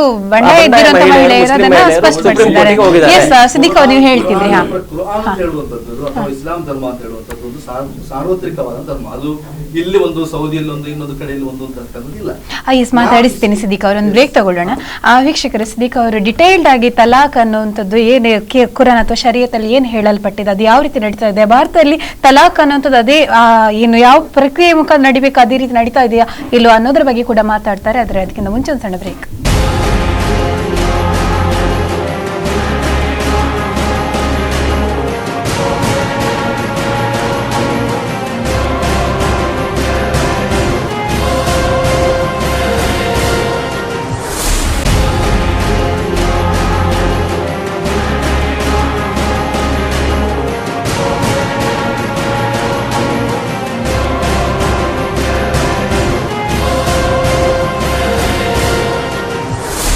ಮತ್ತೊಮ್ಮೆ ವಿಶೇಷ ಕಾರ್ಯಕ್ರಮಕ್ಕೆ ಸ್ವಾಗತ. ತಲಾಕ್ ರದ್ದತಿ ಕುರಿತಾಗಿ ಸುದೀರ್ಘವಾದ ಚರ್ಚೆ ಮಾಡ್ತಾ ಇದ್ದೀವಿ. ನಮ್ಮ ಜೊತೆ ಇದ್ದಾರೆ ಅಬೂಬಕರ್ ಸಿದ್ದಿಕ್ ಅವರು, ಅದೇ ರೀತಿ ಬಿಜೆಪಿ ವಕ್ತಾರರಾದ ಜಿತೇಂದ್ರ ಕೊಠಾರಿ ಅವರು. ಸಿದ್ದಿಕ್ ಅವರು, ನೀವು ಮಾತಾಡ್ತಾ ಇದ್ರಿ, ನಿಮ್ಮ ಧರ್ಮದ ಪ್ರಕಾರ ತಲಾಕ್ ಬಗ್ಗೆ ಏನು ಹೇಳಲ್ಪಟ್ಟಿದೆ, ಕಾನೂನು ರೀತಿ ಅದೇ ನಿಮ್ಮ ಧರ್ಮದಲ್ಲಿ ಹೇಳಿರೋ ಪ್ರಕಾರನೇ ತಲಾಕ್ ಪ್ರಕಾರಗಳು ನಡೀತಾ ಇದೆಯಾ, ಹೇಗೆ? ತಲಾಕ್ ಅಂತ ಹೇಳಿದ್ರೆ ನಾನೀಗಾಗಲೇ ಹೇಳಿದ ಹಾಗೆ ದಾಂಪತ್ಯ ಜೀವನದಲ್ಲಿ ಬಿರುಕು ಬಂದು ಅಲ್ಲಿ ಕೂಡ 3 ಹಂತಗಳನ್ನ ಇರ್ತದೆ. ಒಂದನೇದಾಗಿ ಅವಳಿಂದ ಸ್ವಲ್ಪ ಒಂದು ಮುನಿಸು ತೋರಿಸಬೇಕು. ಅವಳಲ್ಲಿ ಕೆಟ್ಟ ನಡತೆಗಳು ಬಂದಾಗ, ಅವಳೊಂದಿಗೆ ಹೊಂದಿಕೊಳ್ಳಿಕ್ಕೆ ಸಾಧ್ಯವಾಗದ ದುರ್ನಡತೆಗೆ ಸಂದರ್ಭದಲ್ಲಿ ಒಂದು ಮುನಿಸು ತೋರಿಸ್ತಕ್ಕಂಥ. ಆ ಮೂಲಕ ಅವಳು ಸರಿಯಾಗಬಹುದು ಎನ್ನುವಂತ ಒಂದು ನಿರೀಕ್ಷೆ. ಅದರಲ್ಲಿ ಕೂಡ ಬೆಡ್ನಿಂದ ಬೇರ್ಪಡ್ಬೇಕು ಅಂತ ಹೇಳಿ ಒಂದು ಹೆಣ್ಣು ಯಾವತ್ತೂ ಕೂಡ ತನ್ನ ಗಂಡನ ಅತ್ಯಂತ ಆಪ್ತವಾಗಿ ಬಯಸ್ತಕ್ಕಂತ ಒಂದು ಸಂದರ್ಭ. ಆ ಸಂದರ್ಭವನ್ನ ಬಹಿಷ್ಕರಿಸುವ ಮೂಲಕ ಅವಳಲ್ಲಿ ಒಂದು ಮಾನಸಿಕವಾದ ಪರಿವರ್ತನೆಯನ್ನು ತರುವ ಪ್ರಯತ್ನ ಮಾಡ್ತೀವಿ. ಇನ್ನೂ ಅವಳು ಸರಿಯಾಗ್ಲಿಲ್ಲ ಅಂತ ಹೇಳ್ತಕ್ಕಂತ ಸಂದರ್ಭ ಬಂದಾಗ ಅವಳ ಮತ್ತು ತನ್ನ ಕುಟುಂಬದ ಹಿರಿಯರನ್ನ ಸೇರಿಸಿಕೊಂಡು ಅವರ ಮುಂದಕ್ಕೆ ಕೊಂಡು ಹೋಗ್ಬೇಕು. ಅವರು ಪರಸ್ಪರ ಸಂಧಾನ ಮಾಡಿಸಿಕೊಂಡು ದಾಂಪತ್ಯವನ್ನ ಸರಿ ಮಾಡುವಂತಹ ಪ್ರಯತ್ನ ಮಾಡಬೇಕು. ಅದೇ ಸಂದರ್ಭದಲ್ಲಿ ಈ ರೀತಿ 2-3 ಹಂತಗಳನ್ನ ಹೇಳಿ ಅದು ಯಾವುದು ಕೂಡ ಯಶಸ್ವಿ ಆಗುವುದಿಲ್ಲ, ಒಂದಾಗಿ ಬದುಕಲಿಕ್ಕೆ ಸಾಧ್ಯವೇ ಇಲ್ಲ ಅನ್ನುವಂತಹ ಒಂದು ಸಂದರ್ಭ ಬಂದಾಗ ಅವ ಒಂದು ತಲಾಖ್ ಹೇಳ್ಬೇಕು. ಆ ಒಂದು ತಲಾಖಿನ ನಂತರ ಅವಳಿಗೆ ಒಂದು ಅವಕಾಶ ಇರ್ತದೆ, ತಿಂಗಳ ಕಾಲದ ಅವಕಾಶ ಇರ್ತದೆ.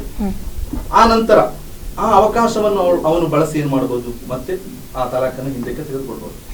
2 ತಲಾಖ್ ಹೇಳಿ ನಂತರ ತೆಗೆದುಕೊಂಡು 3 ತಲಾಖ್ ಹೇಳಿದ ನಂತರ ಮಾತ್ರ ಅದೇನಾಗ್ತದೆ, ತಲಾಖ್ ಅಂತ ಹೇಳುವ ವಿಚ್ಛೇದನ ಎನ್ನುವಂಥದ್ದು ಸಂಪೂರ್ಣ ಆಗ್ತದೆ. ಇದು ತಲಾಖನ. ಅದೇ ಸಂದರ್ಭದಲ್ಲಿ ತ್ರಿವಳಿ ತಲಾಖ್ ಅಂತ ಹೇಳುವಂತ ಒಂದು ಪ್ರಯೋಗ ಇಲ್ಲಿ ಬಂತು.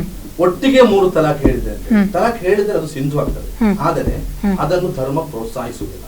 ಇಸ್ಲಾಮಿನ ನಿಯಮಗಳಲ್ಲಿ ಮತ್ತೆ ಹರಾಮ್ ಮತ್ತು ಕರಾಹತ್ ಅಂತ ಹೇಳಿದ್ರೆ, ಹರಾಮ್ ಅಂತ ಹೇಳುವಂತದ್ದು ಕಡ್ಡಾಯವಾಗಿ ಮಾಡಲೇಬಾರದು, ನಿಷಿದ್ಧವಾದಂತಹ ವಿಷಯಗಳು ಹರಾಮ್ ಅಂತ ಹೇಳಿದ್ರೆ. ಕರಾಹತ್ ಅಂತ ಹೇಳಿದ್ರೆ ಮಾಡಬಾರದು, ಮಾಡದೇ ಇದ್ದರೆ ಪುಣ್ಯ ಸಿಗುವಂತಹ, ಮಾಡಬಾರದಂತ ಕೆಟ್ಟ ಕೆಲಸವನ್ನ ಕರಾಹತ್ ಅಂತ ಹೇಳ್ತಾರೆ. ಈ ತಲಾಖಿನ ಬಗ್ಗೆ ಇಸ್ಲಾಂ ಪ್ರೋತ್ಸಾಹ ಕೊಡುವುದಿಲ್ಲ. ಬಹಳ ಸ್ಪಷ್ಟವಾಗಿ ಪ್ರವಾದಿ ಸಲ್ಲಲ್ಲಾಹು ಅಲೈಹಿ ವಸಲ್ಲಂ ಹೇಳಿದ್ರು, ಏನು ಅಲ್ಲಾಹು ಅನುಮತಿಸಿದ್ರೂ ಕೂಡ ಅತ್ಯಂತ ಕೋಪಗೊಳ್ಳುವಂತಹ ಸಂದರ್ಭ ಯಾವುದು ಅಂತ ಹೇಳಿದ್ರೆ ಒಂದು ಗಂಡು ಒಂದು ಹೆಣ್ಣನ್ನ ತಲಾಖ್ ಕೊಡುವಂಥದ್ದು. ದೇವರ ಕೋಪವನ್ನೇ ಕೋಪಗೊಳಿಸ್ತಕ್ಕಂತಹ ಒಂದು ಸಂದರ್ಭ ಈ ತಲಾಖ್ ಅಂತ ಹೇಳ್ತಾರೆ. ಅಂತಹ ತಲಾಖನ್ನ ಒಂದೇ ಬಾರಿ ಹೇಳ್ಬಿಟ್ರೆ ಅದು ಸಿಂಧು ಆಗ್ತದೆ, ಆದರೆ ಅದನ್ನು ಪ್ರೋತ್ಸಾಹಿಸುವುದಿಲ್ಲ, ಅದನ್ನು ಕೆಟ್ಟ ಕ್ರಮ ಅಂತ ಹೇಳಿ ಇಸ್ಲಾಮಿನ ಏನು ಕರ್ಮಶಾಸ್ತ್ರ ಬಹಳ ಸ್ಪಷ್ಟವಾಗಿ ಹೇಳ್ತದೆ. ಇದನ್ನ ನೀವು ಕ್ರಮ ಪ್ರಕಾರವಾಗಿ ಅದನ್ನೇ ಇಲ್ಲಿ ಚರ್ಚೆ ಬಂದದ್ದು. ಸಿದ್ದಿಕ್ ಅವರು ಹೇಳಿದ್ದೆ, ಸಿದ್ದಿಕ್ ಅವರು ಎರಡನ್ನೇ ಹೇಳಿದ್ರು. ತಲಾಖ್ ಅಂದ್ರೆ ಕ್ರಮ ಪ್ರಕಾರವಾದಂತಹ ತಲಾಖ್, ಮತ್ತೊಂದು ತ್ರಿವಳಿ ತಲಾಖ್ 3 ಸಲ ಹೇಳಿದ ಕೂಡಲೇ ಆದಂತಹ ತಲಾಖ್. ಅದಕ್ಕೆ ಧರ್ಮದಲ್ಲಿ ಅಲ್ಲ ಪ್ರೋತ್ಸಾಹಕ ಅಲ್ಲ ಅಂದ್ರೆ ತಲಾಖ್ ನೋಡಿ ಕುರಾನ್ ಅಧ್ಯಾಯದಲ್ಲಿ ಕುರಾನ್ನಲ್ಲಿರುವಂತಹ ತಲಾಖಿನ ಪ್ರಕಾರ ಅದಕ್ಕೆ ಮನ್ನಣೆ ಇಲ್ಲ ಅಂತ ಹೇಳಿದವರು. ಅಂದ್ರೆ ಅಲ್ಲಲ್ಲ ತಲಾಖ್ ನೋಡಿ, ನೀವು 3 ಸಲ ನೇರವಾಗಿ ತಲಾಖ್ ಅಂತ ಹೇಳಿದ್ರೆ ಅದಕ್ಕೆ ಧರ್ಮದ ಪ್ರೋತ್ಸಾಹ ಇಲ್ಲ ಅಂತ ಹೇಳಿದ್ರೆ ಪ್ರೋತ್ಸಾಹ ಇಲ್ಲ. ಸರಿ ಸರಿ ಅದುವೇ ಈಗ ಸಮಸ್ಯೆ ನಮ್ಮ ದೇಶದಲ್ಲಿ ಇರೋದು. ಈ ದೇಶದಲ್ಲಿ ಇರುವ ಸಮಸ್ಯೆ ಅದೇ ನಾನು ಹೇಳಿದ ಹಾಗೆ 100ಕ್ಕೆ 100% ಮುಸ್ಲಿಂ ಕಂಟ್ರಿಗಳು ಮಾಡುವಂತಹ ತಲಾಖ್ ಯಾವುದಂದ್ರೆ ಇವರು ಪ್ರಾರಂಭದಲ್ಲಿ ಹೇಳಿರುವಂತದ್ದು ಆ ಕ್ರಮ ಪ್ರಕಾರದ ತಲಾಖ್.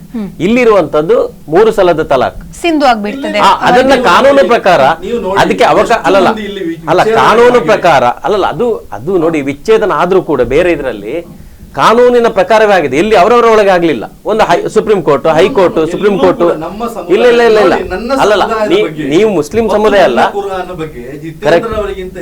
ನಿಮ್ಗೆ ಗೊತ್ತಿದೆ, ನಿಮ್ಗೆ ಸಿದ್ದಿಕ್ರವರಿಗೆ ಗೊತ್ತಿದೆ.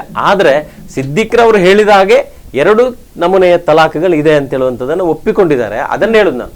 ಈಗ ನಮ್ಮಲ್ಲಿ ಹಿಂದೂಗಳಲ್ಲಿ ತಲಾಖ್ ಆಗ್ತದೆ ಅಥವಾ ಕ್ರೈಸ್ತರಲ್ಲಿ ಆಗ್ತಾರೆ, ಜೈನಿಗಳೆಲ್ಲ ಆಗ್ತದೆ, ಅದೆಲ್ಲವೂ ಕಾನೂನಿನ ಚೌಕಟ್ಟಲ್ಲಿ ಆಗ್ತದೆ.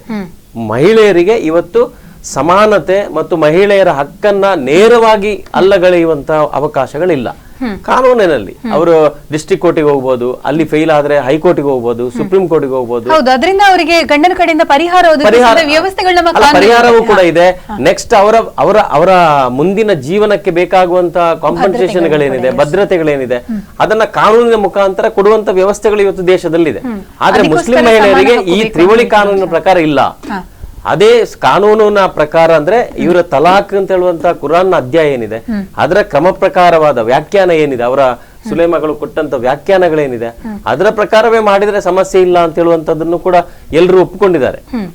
ಆ ವ್ಯವಸ್ಥೆ ಇವತ್ತು ದೇಶದ ಜಗತ್ತಿನ ಬೇರೆ ಬೇರೆ ಮುಸ್ಲಿಂ ಕಂಟ್ರಿಗಳು ನಡೀತಾ ಇದೆ. ಇಲ್ಲಿ ಯಾಕೆ ನಡೀಬಾರದು ಅಂತ ನೋಡಿ. ನಾವು ಈಗ ಹೇಳಿದ ತ್ರಿವಳಿ ತಲಾಖ್ ಬಗ್ಗೆ ಅಥವಾ ಈ ತಲಾಖ್ ಇಲ್ಲಿ ಕೂಡ ಹಾಗೆ ನಡೆಯುವಂತದ್ದು. ನಮ್ಮ ಸಮುದಾಯದಲ್ಲಿ ತಲಾಖ್ ನಡೀತಾ ಇದೆ. ತಲಾಖಿಗೆ ಅವಕಾಶ ಇದೆ ಅಂತ ಹೇಳಿದ ಮಾತ್ರಕ್ಕೆ ವ್ಯಾಪಕವಾಗಿ ತಲಾಖ್ ಆಗ್ತಾ ಇದೆ ಅಂತ ಹೇಳಿ ಅರ್ಥ ಅಲ್ಲ. ನೀವು ನಮ್ಮ ಮುಸ್ಲಿಂ ಮಹಿಳೆಯರ ಒಂದು ಸರ್ವೆ ಮಾಡಿ ನೋಡಿ. ನಡೀತಾ ಇಲ್ಲ ಅಂತ ಹೇಳಿಕ್ಕಾಗಲ್ಲ, ಬೆಳಕಿಗೆ ಬರ್ದೇ ಇರ್ಬೋದು ಸರ್. ನೀವು ಸರ್ವೆ ಮಾಡಿ ನೋಡಿ ಎಷ್ಟು ನಡೀತಾ ಇದೆ. ಕೆಲವು ಇರ್ಬೋದು, ಎಲ್ಲ ಧರ್ಮಗಳಲ್ಲೂ ಕೂಡ ತಲಾಖ್ ನಡೀತಾ ಇದೆ. ಆದರೆ ಈ ಒಂದೇ ಬಾರಿಗೆ ತಲಾಕ್ ಹೇಳುವಂತದ್ದು ಅಂತ ಹೇಳುವುದನ್ನ, ನೀವು ತಲಾಕ್ ಮಾಡಬಹುದು, ವಿಚ್ಛೇದನ ಅಂತ ಹೇಳುವಂತದ್ದು ಆಗಬಹುದು ಅಂತ ಹೇಳಿ ಇದ್ದರೆ ಆನಂತರ ಅದನ್ನು ಕಠಿಣವಾದ ಕಾನೂನುಗಳ ಮೂಲಕ ಅವರನ್ನು ಸಿಲುಕಿಸಿ ಹಾಕಬೇಕಾದ ಅಗತ್ಯ ಇಲ್ಲ. ತಲಾಕ್ ನಡೀತದೆ, ಅಲ್ಲಿ ತಲಾಕ್ ಅಲ್ಲದೆ ವಿಚ್ಛೇದನ ಮಾಡದೆ ಗತ್ಯಂತರ ಇಲ್ಲ. ಅಂತಕ್ಕ ಒಂದು ಸಂದರ್ಭ ಬಂದಾಗ ಅವರನ್ನು ಕೋರ್ಟುಗಳಿಗೆ ಅವರನ್ನು ಅಲೆದಾಡಿಸಿ ಅವರನ್ನು ಮತ್ತಷ್ಟು ಶೋಷಣೆ ಮಾಡ್ಲಿಕ್ಕೆ ಇಲ್ಲಿ ನಾವು ಅವಕಾಶ ಕೊಡ್ತಾ ಇಲ್ಲ. ಅದರ ರೂಪವನ್ನ ಬಹಳಷ್ಟು ಸರಳ ಮಾಡಿದ್ದೇವೆ. ಅಲ್ಲಿ ಕೂಡ ಹಾಗೆ, ಅಲ್ಲಿ ಪರಿಹಾರ ಅಂತ ಹೇಳಿದ್ರು, ಪರಿಹಾರ ಇಸ್ಲಾಂನಲ್ಲಿ ಕೂಡ ಇದೆ. ತಲಾಕ್ ಮಾಡಿದ ನಂತರ ಆ ಹುಡುಗಿಯನ್ನ ಸಂತೃಪ್ತಿಪಡಿಸಬೇಕು, ಅವಳಿಗೆ ಏನು ಹಣ ಇತ್ಯಾದಿಗಳನ್ನ ಉಡುಗೊರೆಗಳನ್ನ ಕೊಟ್ಟು ಅವರನ್ನು ಸಂತೃಪ್ತಿಪಡಿಸಬೇಕು ಅಂತ ಹೇಳುವಂಥದ್ದು ಇಸ್ಲಾಮಿನಲ್ಲೂ ಇದೆ. ಹೇಗೆ ನಮ್ಮಲ್ಲಿ ತಲಾಕ್ಗಳು ಸಾಮಾನ್ಯವಾಗಿ ಹೇಗೆ ನಡೆಯುತ್ತೆ ಅಂತ ಹೇಳಿದ್ರೆ, ಅಲ್ಲಿ ಧರ್ಮ ವಿದ್ವಾಂಸರಿರ್ತಾರೆ, ಧಾರ್ಮಿಕ ಗುರುಗಳ ಸಮಕ್ಷಮದಲ್ಲಿ ಅಥವಾ ಅವರಿಂದ ಮಾಹಿತಿಗಳನ್ನ ಪಡೆದುಕೊಂಡು ಅವರ ಮಾರ್ಗದರ್ಶನದಲ್ಲಿ ಹೆಚ್ಚಿನ ಸಂದರ್ಭಗಳಲ್ಲಿ ತಲಾಕ್ ನಡೀತದೆ. ಅದಕ್ಕೆ ಕೆಲವರು ಹೋಗುವಾಗ ಏನಾದ್ರು ಎಲ್ಲ ಧರ್ಮಗಳಲ್ಲಿ ಕೂಡ ಏನು ಮಿಸ್ಯೂಸ್ ಅಂತ ಹೇಳಿ ಅದನ್ನು ಯಾರು ಏನು ಮಾಡ್ಲಿಕ್ಕೆ ಸಾಧ್ಯ ಆಗುದಿಲ್ಲ. ಆದ್ರೆ ಇಲ್ಲಿ ನಮ್ಮ ವ್ಯವಸ್ಥೆಗಳು, ಕಾನೂನು, ಈ ಧಾರ್ಮಿಕ ಕಾನೂನುಗಳೇ ಅತ್ಯಂತ ಬಲಿಷ್ಠವಾಗಿರುವುದರಿಂದ ಮತ್ತು ಆ ಧರ್ಮದ ಕಾನೂನುಗಳನ್ನು ಪಾಲನೆ ಮಾಡುವ ಅವಕಾಶಗಳು ನಮ್ಮ ವ್ಯವಸ್ಥೆಯಲ್ಲಿ ಇರುವುದರಿಂದ ನಾವೇನ್ ಹೇಳ್ತಾ ಇದ್ದೇವೆ, ಅದನ್ನೇ ಮುಂದುವರಿಸುವಂತ ಅವಕಾಶಗಳು. ಅದನ್ನು ನಾವು ಮತ್ತೊಂದು ಹೊಸ ಸಂಹಿತೆಯ ಮೂಲಕ ಎಲ್ಲ ಒಟ್ಟಾಗಬೇಕು ಅಂತ ಹೇಳೋ ಎಲ್ಲವನ್ನು ಒಂದು ಮಾಡ್ತಕ್ಕಂಥ ಗೋಜಲಿಗೆ ಹೋಗುದು ಬೇಡ ಅಂತ. ಆದ್ರೆ ಏನು ಅಂತ ಹೇಳಿದ್ರೆ, ಈ ತಲಾಕ್ ಇದನ್ನ ಇದು ಮಾಡೋರಿಗೆ ಎಷ್ಟೋ ಗಂಡಸರಿಗೆ ಇರ್ಬೋದು, ಏನು ಇದ್ರ ಬಗ್ಗೆ ಸೀರಿಯಸ್ನೆಸ್ ಇರೋದಿಲ್ಲ. ಯಾಕಂತ ಹೇಳಿ ತಲಾಕ್ 3 ಸಲ ಹೇಳಿದ್ರೆ ವಿಚ್ಛೇದನ ಕೊಡ್ಬೋದು, ಅದು ಸಾಮಾನ್ಯ ಪರಿಪಾಠ. ಕಠಿಣ ಶಿಕ್ಷೆಯ ಭಯ ಆಗ್ಲಿ ಅದು ಅಲ್ಲ. ನಾನು ಕೇಳುದು ಆದ್ರೆ ಎಲ್ಲಿ ಇದೆ ಅಂತ ವ್ಯವಸ್ಥೆ ಎಲ್ಲೂ ಯಾರು ಅಲ್ಲ. ಹಾಗಾದ್ರೆ ನಾವು ವಿವಾಹಿತರಾದ ಹುಡುಗರನ್ನು ನೋಡಿ ಎಲ್ಲರೂ ತಲಾಕ್ ಹೇಳಿ ಬರ್ತಾ ಇದ್ದಾರಾ? ಅಲ್ಲಲ್ಲ. ಹಾಗಾದ್ರೆ ನಾವು ನಮ್ಮ ದೇಶದಲ್ಲಿ ಅಲ್ಲ, ಸಮಾನ ನಾಗರಿಕ ಸಂಹಿತೆ ಬೇಡ ಅಂತ ಹೇಳುದು ನೀವು. ಅದೇ ನಮ್ಮ ದೇಶದಲ್ಲಿ ಸಮಸ್ಯೆ ಇದ್ದದ್ದೇ ಇದು. ನೋಡಿ ಜಾತ್ಯತೀತ ದೇಶ ಅಂದ್ರೆ ಏನು? ಜಾತ್ಯತೀತ ರಾಷ್ಟ್ರ ಅಂತ ಹೇಳಿದ್ರೆ ಜಾತಿ ಅಥವಾ ಏನು ಜಾತಿಯನ್ನ ಮೀರಿಕೊಂಡು ಚಿಂತನೆ ಮಾಡುವ ಎಲ್ಲ ಮನುಷ್ಯರಿಗೂ ಕೂಡ ಅವರವರಿಗೆ ಸರ್ಕಾರದಿಂದ ಹಾಗಾದ್ರೆ ಅವರವರ ಸ್ವಯ ಇಚ್ಛೆಯಲ್ಲಿ ಹೇಗಾದ್ರೂ ಬೇಕಾದ್ರೆ ನಮ್ಮ ದೇಶದಲ್ಲಿ ಇರಬಹುದಾ? ಸರಿ. ಹಾಗಾದ್ರೆ ನೋಡಿ, ನಿಮ್ಮ ಧರ್ಮದ ವಿಚಾರ ಬಂದ್ರೂ ಕೂಡ ಈಗ ಹಿಂದೂ ಧರ್ಮದಲ್ಲಿ ಕೂಡ ಬೇರೆ ಬೇರೆ ಮೂಢನಂಬಿಕೆ ಅಂತ ಹೇಳುವಂತದ್ದು, ಆಮೇಲೆ ನಿಮ್ಮ ಮಡ ಸ್ನಾನ ಅಂತ ಹೇಳುವಂತದ್ದು, ಅದ್ರ ಬಗ್ಗೆ ಚರ್ಚೆ ಬಂದಾಗ ಕೋರ್ಟಿಗೆ ಹೋಗುದು ಯಾಕೆ? ಹಾಗಾದ್ರೆ ನಮ್ಮ ದೇಶದಲ್ಲಿ ಹಿಂದೂ ಧರ್ಮ ಅಲ್ಲಲ್ಲ ಅದನ್ನ ಅಲ್ಲ, ಅದು ಅಲ್ಲಿ ಅವಕಾಶ ಇದ್ದದ್ರಿಂದ ನಾಳೆ ನೀವು ಕೂಡ ಸಮಾನ ನಾಗರಿಕ ಸಂಹಿತೆಗೆ ಬಂದ್ರೆ ಮುಸಲ್ಮಾನರು ಕೂಡ ಕೋರ್ಟಿಗೆ ಹೋಗಿ ನ್ಯಾಯ ಪಡೆಯುವಂತ ಒಂದು ಅವಕಾಶಗಳು ಸಿಗ್ತದೆ ದೇಶದಲ್ಲಿ. ಅದಕ್ಕೆ ಅಗತ್ಯ ಇಲ್ಲ. ಇವತ್ತು ನೋಡಿ, ಅಲ್ಲಲ್ಲ ಇವತ್ತು ನೀವು ಬೇಡ ಅಂತ ಹೇಳ್ಬೋದು, ಆದ್ರೆ ಅಭಿವೃದ್ಧಿ ಹೊಂತ ನಮ್ಮ ದೇಶ ಇವತ್ತು ನಾನು ಒಳ್ಳೆ ಇದು ಯಾವುದು ಡೆವಲಪ್ಮೆಂಟ್ ನಿಮ್ಮ ಈ ಮುಸ್ಲಿಂ ಮಹಿಳೆಯರು ಇವತ್ತು ಮುಸ್ಲಿಂ ಮಹಿಳೆಯರು ತುಂಬಾ ಎಜುಕೇಶನ್ ಪಡೆಯುವಂತ ಒಂದು ಪರಿಸ್ಥಿತಿ ಇವತ್ತು ಬಂದಿದೆ. ಅದು ಒಳ್ಳೆ ಡೆವಲಪ್ಮೆಂಟ್ ದೇಶದಲ್ಲಿ. ಏನು ಅಂತ ಕೇಳಿದ್ರೆ, ಎಲ್ಲರೂ ವಿದ್ಯಾವಂತರಾದ್ರೆ ಇಂಥದ್ದೆಲ್ಲ ಸಮಸ್ಯೆಗಳನ್ನು ನಾವು ಕಡಿಮೆ ಮಾಡಬಹುದು. ಈಗ ಹಿಂದೂ ಧರ್ಮದಲ್ಲಿ ಇರ್ಬೋದು, ಕ್ರೈಸ್ತ ಧರ್ಮದಲ್ಲಿ ಇರ್ಬೋದು, ಎಜುಕೇಟೆಡ್ ಇದ್ದದ್ರಿಂದ ಮೂಢನಂಬಿಕೆಗಳು ಎಷ್ಟೋ ಕಡಿಮೆ ಆಗಿದೆ. ಈಗಲೂ ಕೂಡ ಕೆಲವೊಂದಿದೆ. ಅದನ್ನ ಜಾಗೃತಿ ಮೂಡಿಸುವಂತ ವಿಚಾರದಲ್ಲಿ ವಿದ್ಯೆಯನ್ನ ಕೊಡುವಂತದ, ಶಿಕ್ಷಣ ಕೊಡುವಂತ ಮುಖಾಂತರ ಅದನ್ನ ನಾಶ ಮಾಡತಕ್ಕಂತ ವ್ಯವಸ್ಥೆಗಳಿದೆ. ಅದಕ್ಕೆ ಇಸ್ಲಾಮಲ್ಲಿ ಕೂಡ ಇದು ಇದೆ ಅಂತ ಹೇಳುವಂತದನ್ನ ನಾವು ಮುಸ್ಲಿಂ ಮಹಿಳೆಯರು ಎಜುಕೇಶನ್ ಪಡೆಯುವಂತ ಒಂದು ಒಳ್ಳೆಯ ಉತ್ತಮ ಬದಲಾವಣೆಗಳಲ್ಲಿ ಚಿತ್ರ ಅಂತ ಹೇಳಿದ್ರೆ, ಅಭಿವೃದ್ಧಿ ಬೇಕು, ಆದ್ರೆ ಅಭಿವೃದ್ಧಿಗೆ ಇದಕ್ಕೂ ಏನು ಸಂಬಂಧ ಇದೆ?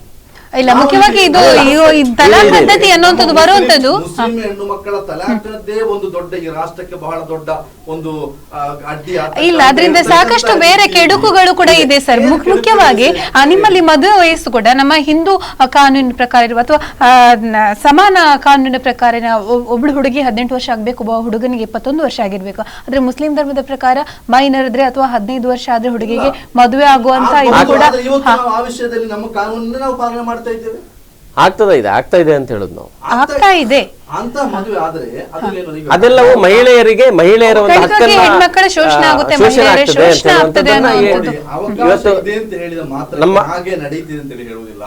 ಅಲ್ಲ, ನಮ್ಮಾದ್ರೂ ಒಂದು ಹೆಣ್ಣು 15 ವರ್ಷದಲ್ಲಿ, ಈಗ ಎಷ್ಟೋ ಮಂದಿ ತಂದೆಯಂದಿರು ಪ್ರಾಯದಲ್ಲಿರ್ತಾರೆ, ಅವರಿಗೆ ಒಂದು ಆತಂಕ, ನನ್ನ ಮರಣದ ನಂತರ ನನ್ನ ಮಕ್ಕಳು ಏನಾಗ್ತಾರೆ ಏನೋ, ಅವರನ್ನು ಯಾರು ಮದುವೆ ಮಾಡಿ ಕೊಡ್ತಾರೆ ಏನೋ, ಹಾಗಾಗಿ ನಾನು ಸಾಯುವ ಮೊದಲೇ, ಅವರು ವೃದ್ಧರಾಗಿರ್ತಾರೆ, ನಾನು ಸಾಯುವ ಮೊದಲೇ ನನ್ನ ಮಗಳಿಗೆ ಒಂದು ಮದುವೆ ಆಗಲಿ ಅಂತ ಹೇಳಿ ಒಂದು ತಂದೆ ಬಯಸ್ತಾರೆ. ಅಥವಾ ಅಂತಹ ಕೆಲವು ಸನ್ನಿವೇಶಗಳಿರ್ತದೆ. ಇವತ್ತು ಇವರು ಹೇಳಿದ ಹಾಗೆ ಎಜುಕೇಶನ್ ಬಂದ ನಂತರ ಜನರು ಆ ಕಡೆಗೆ ಹೆಚ್ಚು ಗಮನ ಕೊಡುವುದಿಲ್ಲ. ಆದ್ದರಿಂದ ಅಂತಹ ಅವಕಾಶಗಳು ಇದೆ ಅಂತ ಹೇಳಿ ಮಾತ್ರ ಅದನ್ನು ಎಲ್ಲರೂ ಉಪಯೋಗಿಸ್ತಾರೆ ಅಂತ ಹೇಳಿ ನಾವು ಭಾವಿಸಬಾರದು. ಅಲ್ಲಿ ಏನ್ ಮಾಡ್ತಾ ಇದ್ದೇವೆ ಅಂತ ಹೇಳಿದ್ರೆ, ಏನೋ ಒಂದು ಅಲ್ಲಿ ಅವಕಾಶ ಇದೆ ಅಂತ ಹೇಳಿ ಇಟ್ಕೊಂಡು ಅದರ ಹೆಸರಿನಲ್ಲಿ ಕತ್ತೆ ಕಟ್ತಾ ಇದ್ದೇವೆ.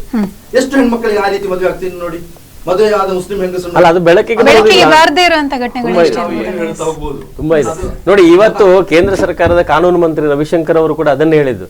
ಇವತ್ತು ದೇಶದ ಯಾವುದೇ ಧರ್ಮದ ಯಾವುದೇ ಮತದಲ್ಲಿರ್ತಕ್ಕಂಥ ಮಹಿಳೆಯರ ಹಕ್ಕಿಗೆ ಶೋಷಣೆ ಆಗಬಾರ್ದು, ಅವರ ಘನತೆಗೆ ಕುಂದು ತರಬಾರ್ದು. ಅದಕ್ಕೆ ಅಲ್ಲಲ್ಲ, ಅವರು ಕೌಟುಂಬಿಕವಾಗಿ ಸಮಸ್ಯೆಗಳನ್ನ ಉದ್ಭವಿಸಬಾರದು ಅಂತ ಹೇಳುವಂತ ದೃಷ್ಟಿಯಿಂದ ಒಂದು ಅಫಿಡವಿಟ್ ಅನ್ನ ಕಾನೂನು ಆಯೋಗದ ಮುಖಾಂತರ ಕೊಟ್ಟಿದ್ದು ಹೌದು. ಅಂದ್ರೆ ಇಡೀ ದೇಶದ ಪ್ರಜೆಗಳ ಒಂದು ಒಳಿತಿಗೋಸ್ಕರ ಅಂತ ಹೇಳುವಂತದನ್ನ ನಿನ್ನೆ ಅವರು ಪ್ರಸ್ತಾಪ ಮಾಡಿದ್ರು. ಖಂಡಿತವಾಗಿ ಶೋಷಣೆಗಳು ಅನ್ಯಾಯಗಳಾಗೋದು ಕೆಳಸ್ತಾ ಇರೋದು ಮಹಿಳೆಯರಿಗೆ. ಈಗ ನಿಮ್ಮ ಮುಸ್ಲಿಂ ಕಮ್ಯುನಿಟಿಯಲ್ಲಿ ಕೂಡ ಈ ತರದ್ದು ಸಣ್ಣ ವಯಸ್ಸಲ್ಲಿ ಮದುವೆ ಇರುವಂತದ್ದು ಆಗುವಂತದ್ದು ಇರ್ಬೋದು, ತಲಾಕ್, ಈ ತರದ್ದು ಇಂಥ ಒಂದು ಇದಕ್ಕೆ ಬಲಿಯಾಗುವಂತದ್ದು ಕೆಳವರ್ಗದ ಹೆಣ್ಮಕ್ಳಿಗೆ. ಧಾರ್ಮಿಕ ಪ್ರಜ್ಞೆ ಇರ್ತಕ್ಕಂತಹ ಒಂದು ಸಮಾಜದಲ್ಲಿ ಯಾವತ್ತು ಅವರ ಧರ್ಮವನ್ನು ಅವರು ಪಾಲನೆ ಮಾಡ್ತಾರೆ. ಧರ್ಮವನ್ನು ಪಾಲನೆ ಮಾಡುವಂತಹ ವ್ಯಕ್ತಿಗಳು ಯಾವತ್ತೂ ಶೋಷಣೆ ಮಾಡುವುದಿಲ್ಲ, ಶೋಷಣೆಗೆ ಒಳಗಾಗುವುದಿಲ್ಲ. ಇಲ್ಲಿ ಈ ತಲಾಖಿನ ಕ್ರಮ ಏನು ಅಂತ ಹೇಳಿ ನಾನು ಹೇಳಿದೆ. ಆ ಕ್ರಮದಲ್ಲಿ ಒಬ್ಬ ವ್ಯಕ್ತಿ ತಲಾಖ್ ಮಾಡುವಾಗ ಅಲ್ಲಿ ಯಾವ ಸಮಸ್ಯೆ ಕೂಡ ಉಂಟಾಗುವುದಿಲ್ಲ. ಎಲ್ಲಾದ್ರೂ ಯಾರಾದ್ರೂ ಮಿಸ್ಯೂಸ್ ಮಾಡಿ, ವ್ಯವಸ್ಥೆಯನ್ನ ಮಿಸ್ಯೂಸ್ ಮಾಡುವಂತದ್ದು ಎಲ್ಲ ವಿಷಯಗಳಲ್ಲಿ ಕೂಡ ಇದೆ. ಆ ಮಿಸ್ಯೂಸ್ ಮಾಡಿ ಯಾರಿಗಾದ್ರೂ ಅನ್ಯಾಯವಾಗಿದ್ದರೆ ಆ ಹೆಸರಿನಲ್ಲಿ ಇಡೀ ಸಿದ್ಧಾಂತವನ್ನ ವಿರೋಧ ಮಾಡುವಂತದ್ದು, ಇಡೀ ಧರ್ಮವನ್ನ ಬದಲಾವಣೆ ಮಾಡಬೇಕು ಅಂತ ಹೇಳ್ತಕ್ಕಂಥದ್ದು ನ್ಯಾಯ ಅಲ್ಲ. ಇವತ್ತು ರವಿಶಂಕರ್ ಅವರಿಗೆ ಇಸ್ಲಾಂ ಧರ್ಮವರಿಗೆ ಎಷ್ಟು ಗೊತ್ತಿರಬಹುದು, ಅದಕ್ಕಿಂತ ಹೆಚ್ಚು ಇಸ್ಲಾಂ ಧರ್ಮದ ವಿದ್ವಾಂಸರಿಗೆ ಅದರ ಬಗ್ಗೆ ಗೊತ್ತಿರ್ತದೆ. ಹಾಗಾಗಿ ಧಾರ್ಮಿಕ ವಿಷಯದಲ್ಲಿ ಚರ್ಚೆ ಮಾಡುವಾಗ ಏನ್ ಮಾಡ್ಬೇಕು, ಧಾರ್ಮಿಕ ನಾಯಕರನ್ನ ಸಂಪರ್ಕಿಸಿ ಅವರಿಂದ ಸಮಗ್ರವಾದ ಮಾಹಿತಿಯನ್ನು ಪಡೆದು ಇಂತಹ ಪ್ರಸ್ತಾಪಗಳನ್ನು ಮಾಡಬೇಕು ಹೊರತು ನಾವು ಏನೋ ಒಂದು ಕೆಲವರ ಬಂಡಾಯ ಧ್ವನಿಗಳನ್ನ ಹಿಡಿದುಕೊಂಡು ಅದರ ನೆಲೆಯಲ್ಲಿ ಒಂದು ತೀರ್ಮಾನಕ್ಕೆ ಚೌಕಟ್ಟಲ್ಲಿ ತೀರ್ಮಾನಕ್ಕೆ ಬರುವಂತದ್ದು ನ್ಯಾಯ ಅಲ್ಲ. ಓಕೆ, ಈಗ ಸಮಾನ ಕಾನೂನು ಹಕ್ಕು ತರೋದ್ರಿಂದ, ಜಾರಿಗೆ ಬರೋದ್ರಿಂದ ಮುಸ್ಲಿಂ ಧರ್ಮಕ್ಕೆ ಏನಾದ್ರೂ ಹಾನಿ ಅಥವಾ ತೊಂದರೆ ಆಗುತ್ತಾ? ಏನಿಲ್ವಲ್ಲ, ಅದನ್ನ ಪಾಲನೆ ಮಾಡೋದ್ರಿಂದ ಏನ್ ನಷ್ಟ ಆಗುತ್ತೆ? ಅಲ್ಲ, ಇವತ್ತು ನಾನೊಂದು ಪ್ರಶ್ನೆ ಮಾಡ್ತೇನೆ. ಅಲ್ಲ, ಸಿದ್ದಿಕ್ ಅವರಿಗೆ ಒಂದು ಪ್ರಶ್ನೆ ಮಾಡ್ತೇನೆ. ಇಡೀ ಜಗತ್ತಿನಲ್ಲಿ ಎರಡೆರಡು ಕಾನೂನು ಇರುವಂತ ದೇಶ ಯಾವ್ದಾದ್ರು ಒಂದು ಇದೆಯಾ? ನಿಮ್ಮ ಗಮನಕ್ಕೆ ಬಂದಿದೆ? ನೀವು ಅದು ಮಾಡಿ. ಯಾಕೆಂತ ಹೇಳಿದ್ರೆ ಇವತ್ತು ನಮ್ಮ ದೇಶ ಭಾರತದಲ್ಲಿ ಮಾತ್ರ ಎರಡೆರಡು ಕಾನೂನು ಇದೆ ಹೊರತು ಇಡೀ ಜಗತ್ತಿನ ಯಾವ ದೇಶಗಳಲ್ಲೂ ಕೂಡ ಅವರನ್ನ ಆಳ್ವಿಕೆ ಮಾಡುವಂತ ಸರ್ಕಾರಗಳು ಎರಡೆರಡು ಕಾನೂನನ್ನು ಕೊಡ್ಲಿಲ್ಲ. ಒಂದೇ ಕಾನೂನನ್ನು ಕೊಟ್ಟಿದೆ. ಅದು ಮುಸ್ಲಿಂ ಕಂಟ್ರಿ ಇರ್ಬೋದು, ಕ್ರಿಶ್ಚಿಯನ್ ಕಂಟ್ರಿ ಇರ್ಬೋದು, ಯಾವುದೇ ಇರ್ಬೋದು. ಇಲ್ಲಿ ಸಮಸ್ಯೆಗಳು ಇರುವಂತದ್ದು ಅದೇ. ನಮ್ಮ ದೇಶದಲ್ಲಿ ಮಾತ್ರ ಜಾತ್ಯತೀತ ಅಂತ ಹೇಳುವಂತ ಒಂದು ದೇಶದ ಇದು ಮಾತ್ರ ಹೆಸರು ಮಾತ್ರ. ಆದ್ರೆ ಬೇರೆ ಬೇರೆ ಆಗಿರ್ತಕ್ಕಂಥ ಒಂದು ಇದೆ. ನಾವು ಎಲ್ಲವನ್ನು ಮೀರಿ ದೇಶ ರಾಷ್ಟ್ರ ಅಂತ ಹೇಳಿ ಬಂದಾಗ ನಾವು ನಮ್ಮಲ್ಲಿ ಹಿಂದೂಗಳಿದೆ ಧರ್ಮ ಉಳಿಬೇಕಾದ್ರೆ ದೇಶ ಉಳಿಬೇಕು ಅಂತ ಹೇಳ್ತಾರೆ. ದೇಶ ಉಳಿಯದೇ ಇದ್ರೆ ಧರ್ಮ ಉಳಿಯುವುದಿಲ್ಲ ಅಂತ ಹೇಳ್ತಾರೆ. ನೀವು ಹೇಳ್ತೀರಿ ಉಳಿದ ರಾಷ್ಟ್ರಗಳಲ್ಲಿ ಅಂತ ವ್ಯವಸ್ಥೆಗಳಿಲ್ಲ ಅಂತ ಹೇಳಿ, ಇದೆಯೋ ಇಲ್ವೋ ಬೇರೆ ವಿಷಯ. ಆದ್ರೆ ಇಲ್ಲ ಅಂತ ಹೇಳಿದ್ರೆ ಅದು ಅವರ ಶ್ರೇಷ್ಠತೆ ಅಲ್ಲ, ನಮ್ಮದು ಶ್ರೇಷ್ಠತೆ ಇದು. ಅದೇ ನಮ್ಮ ದೇಶಕ್ಕೆ ಸಮಸ್ಯೆ ಆದದ್ದು. ಸಮಸ್ಯೆ ಏನಿಲ್ಲ. 125 ಕೋಟಿ ಜನ ನಾವು ಇಲ್ಲಿ ಇದ್ರೂ ಕೂಡ ಅವರವರಿಗೆ ಅವರವರ ಧರ್ಮವನ್ನು ಪಾಲನೆ ಮಾಡುವ ಅವಕಾಶಗಳನ್ನು ಕೊಡುತ್ತಲೇ ನಾವು ಭಾರತೀಯರಾಗಿ ಎದ್ದು ನಿಲ್ತೇವೆ. ಅಲ್ಲ, ಹಾಗಾದ್ರೆ ಸಂವಿಧಾನಕ್ಕೆ ಸಂವಿಧಾನಕ್ಕೆ ಅವಕಾಶ ಇಲ್ಲ ಅಂತ ಹೇಳುವಂತ ನಿಮ್ಮ ಒಂದು ಹೇಳಿಕೆ ಅದು ಬರ್ತದೆ. ಯಾಕಂದ್ರೆ ಸಂವಿಧಾನ ಅಂತ ಕೇಳಿದ್ರೆ ಆ ಸಂವಿಧಾನದ ಅಡಿಯಲ್ಲಿ ಜಾತ್ಯತೀತ ಪ್ರಜಾಪ್ರಭುತ್ವದ ನೆಲೆಗಟ್ಟಿನಲ್ಲಿ ನಾವು ಇರಬೇಕು. ಆವಾಗ ನೋಡಿ, ನಾಳೆ ಮುಸಲ್ಮಾನರಿಗೆ ಒಂದು ನಿಮಿಷ, ಮುಸಲ್ಮಾನರಿಗೆ ಅಥವಾ ಕ್ರೈಸ್ತರಿಗೆ ಅಥವಾ ಹಿಂದೂಗಳಿಗೆ ಯಾವುದಾದ್ರೂ ಒಂದು ದೊಡ್ಡ ಸಮಸ್ಯೆ ಬಂದಾಗ ಸರ್ಕಾರವನ್ನು ದೂರುವಂತ ಕೆಲಸ ಮಾಡ್ತಾರೆ, ಅಥವಾ ನಮ್ಮ ಆಡಳಿತ ವ್ಯವಸ್ಥೆಯನ್ನು ದೂರುವಂತ ಒಂದು ವ್ಯವಸ್ಥೆ ಕೆಲಸ ಮಾಡ್ತಾರೆ. ಹಾಗಾದ್ರೆ ಆ ಸಂದರ್ಭದಲ್ಲಿ ಯಾಕೆ ಸರ್ಕಾರ ಬೇಕು? ಇವಾಗ ಮೀಸಲಾತಿಗೆ ಸರ್ಕಾರ ಬೇಕು ಅಥವಾ ನಮ್ಮ ವ್ಯವಸ್ಥೆಗಳಿಗೆ ಮಾತಾಡೋಣ. ನಾವು ಒಂದು ಬ್ರೇಕ್ ತಗೊಂಡು ಈ ತಲಾಖ್ ರದ್ದತಿ ಕಾರ್ಯಕ್ರಮದಲ್ಲಿ ಇನ್ನಷ್ಟು ವಿಚಾರಗಳನ್ನ ಚರ್ಚೆ ಮಾಡ್ಲಿಕ್ಕಿದೆ. ಅದಕ್ಕಿಂತ ಮುಂಚೆ ಒಂದು ಸಣ್ಣ ಬ್ರೇಕ್.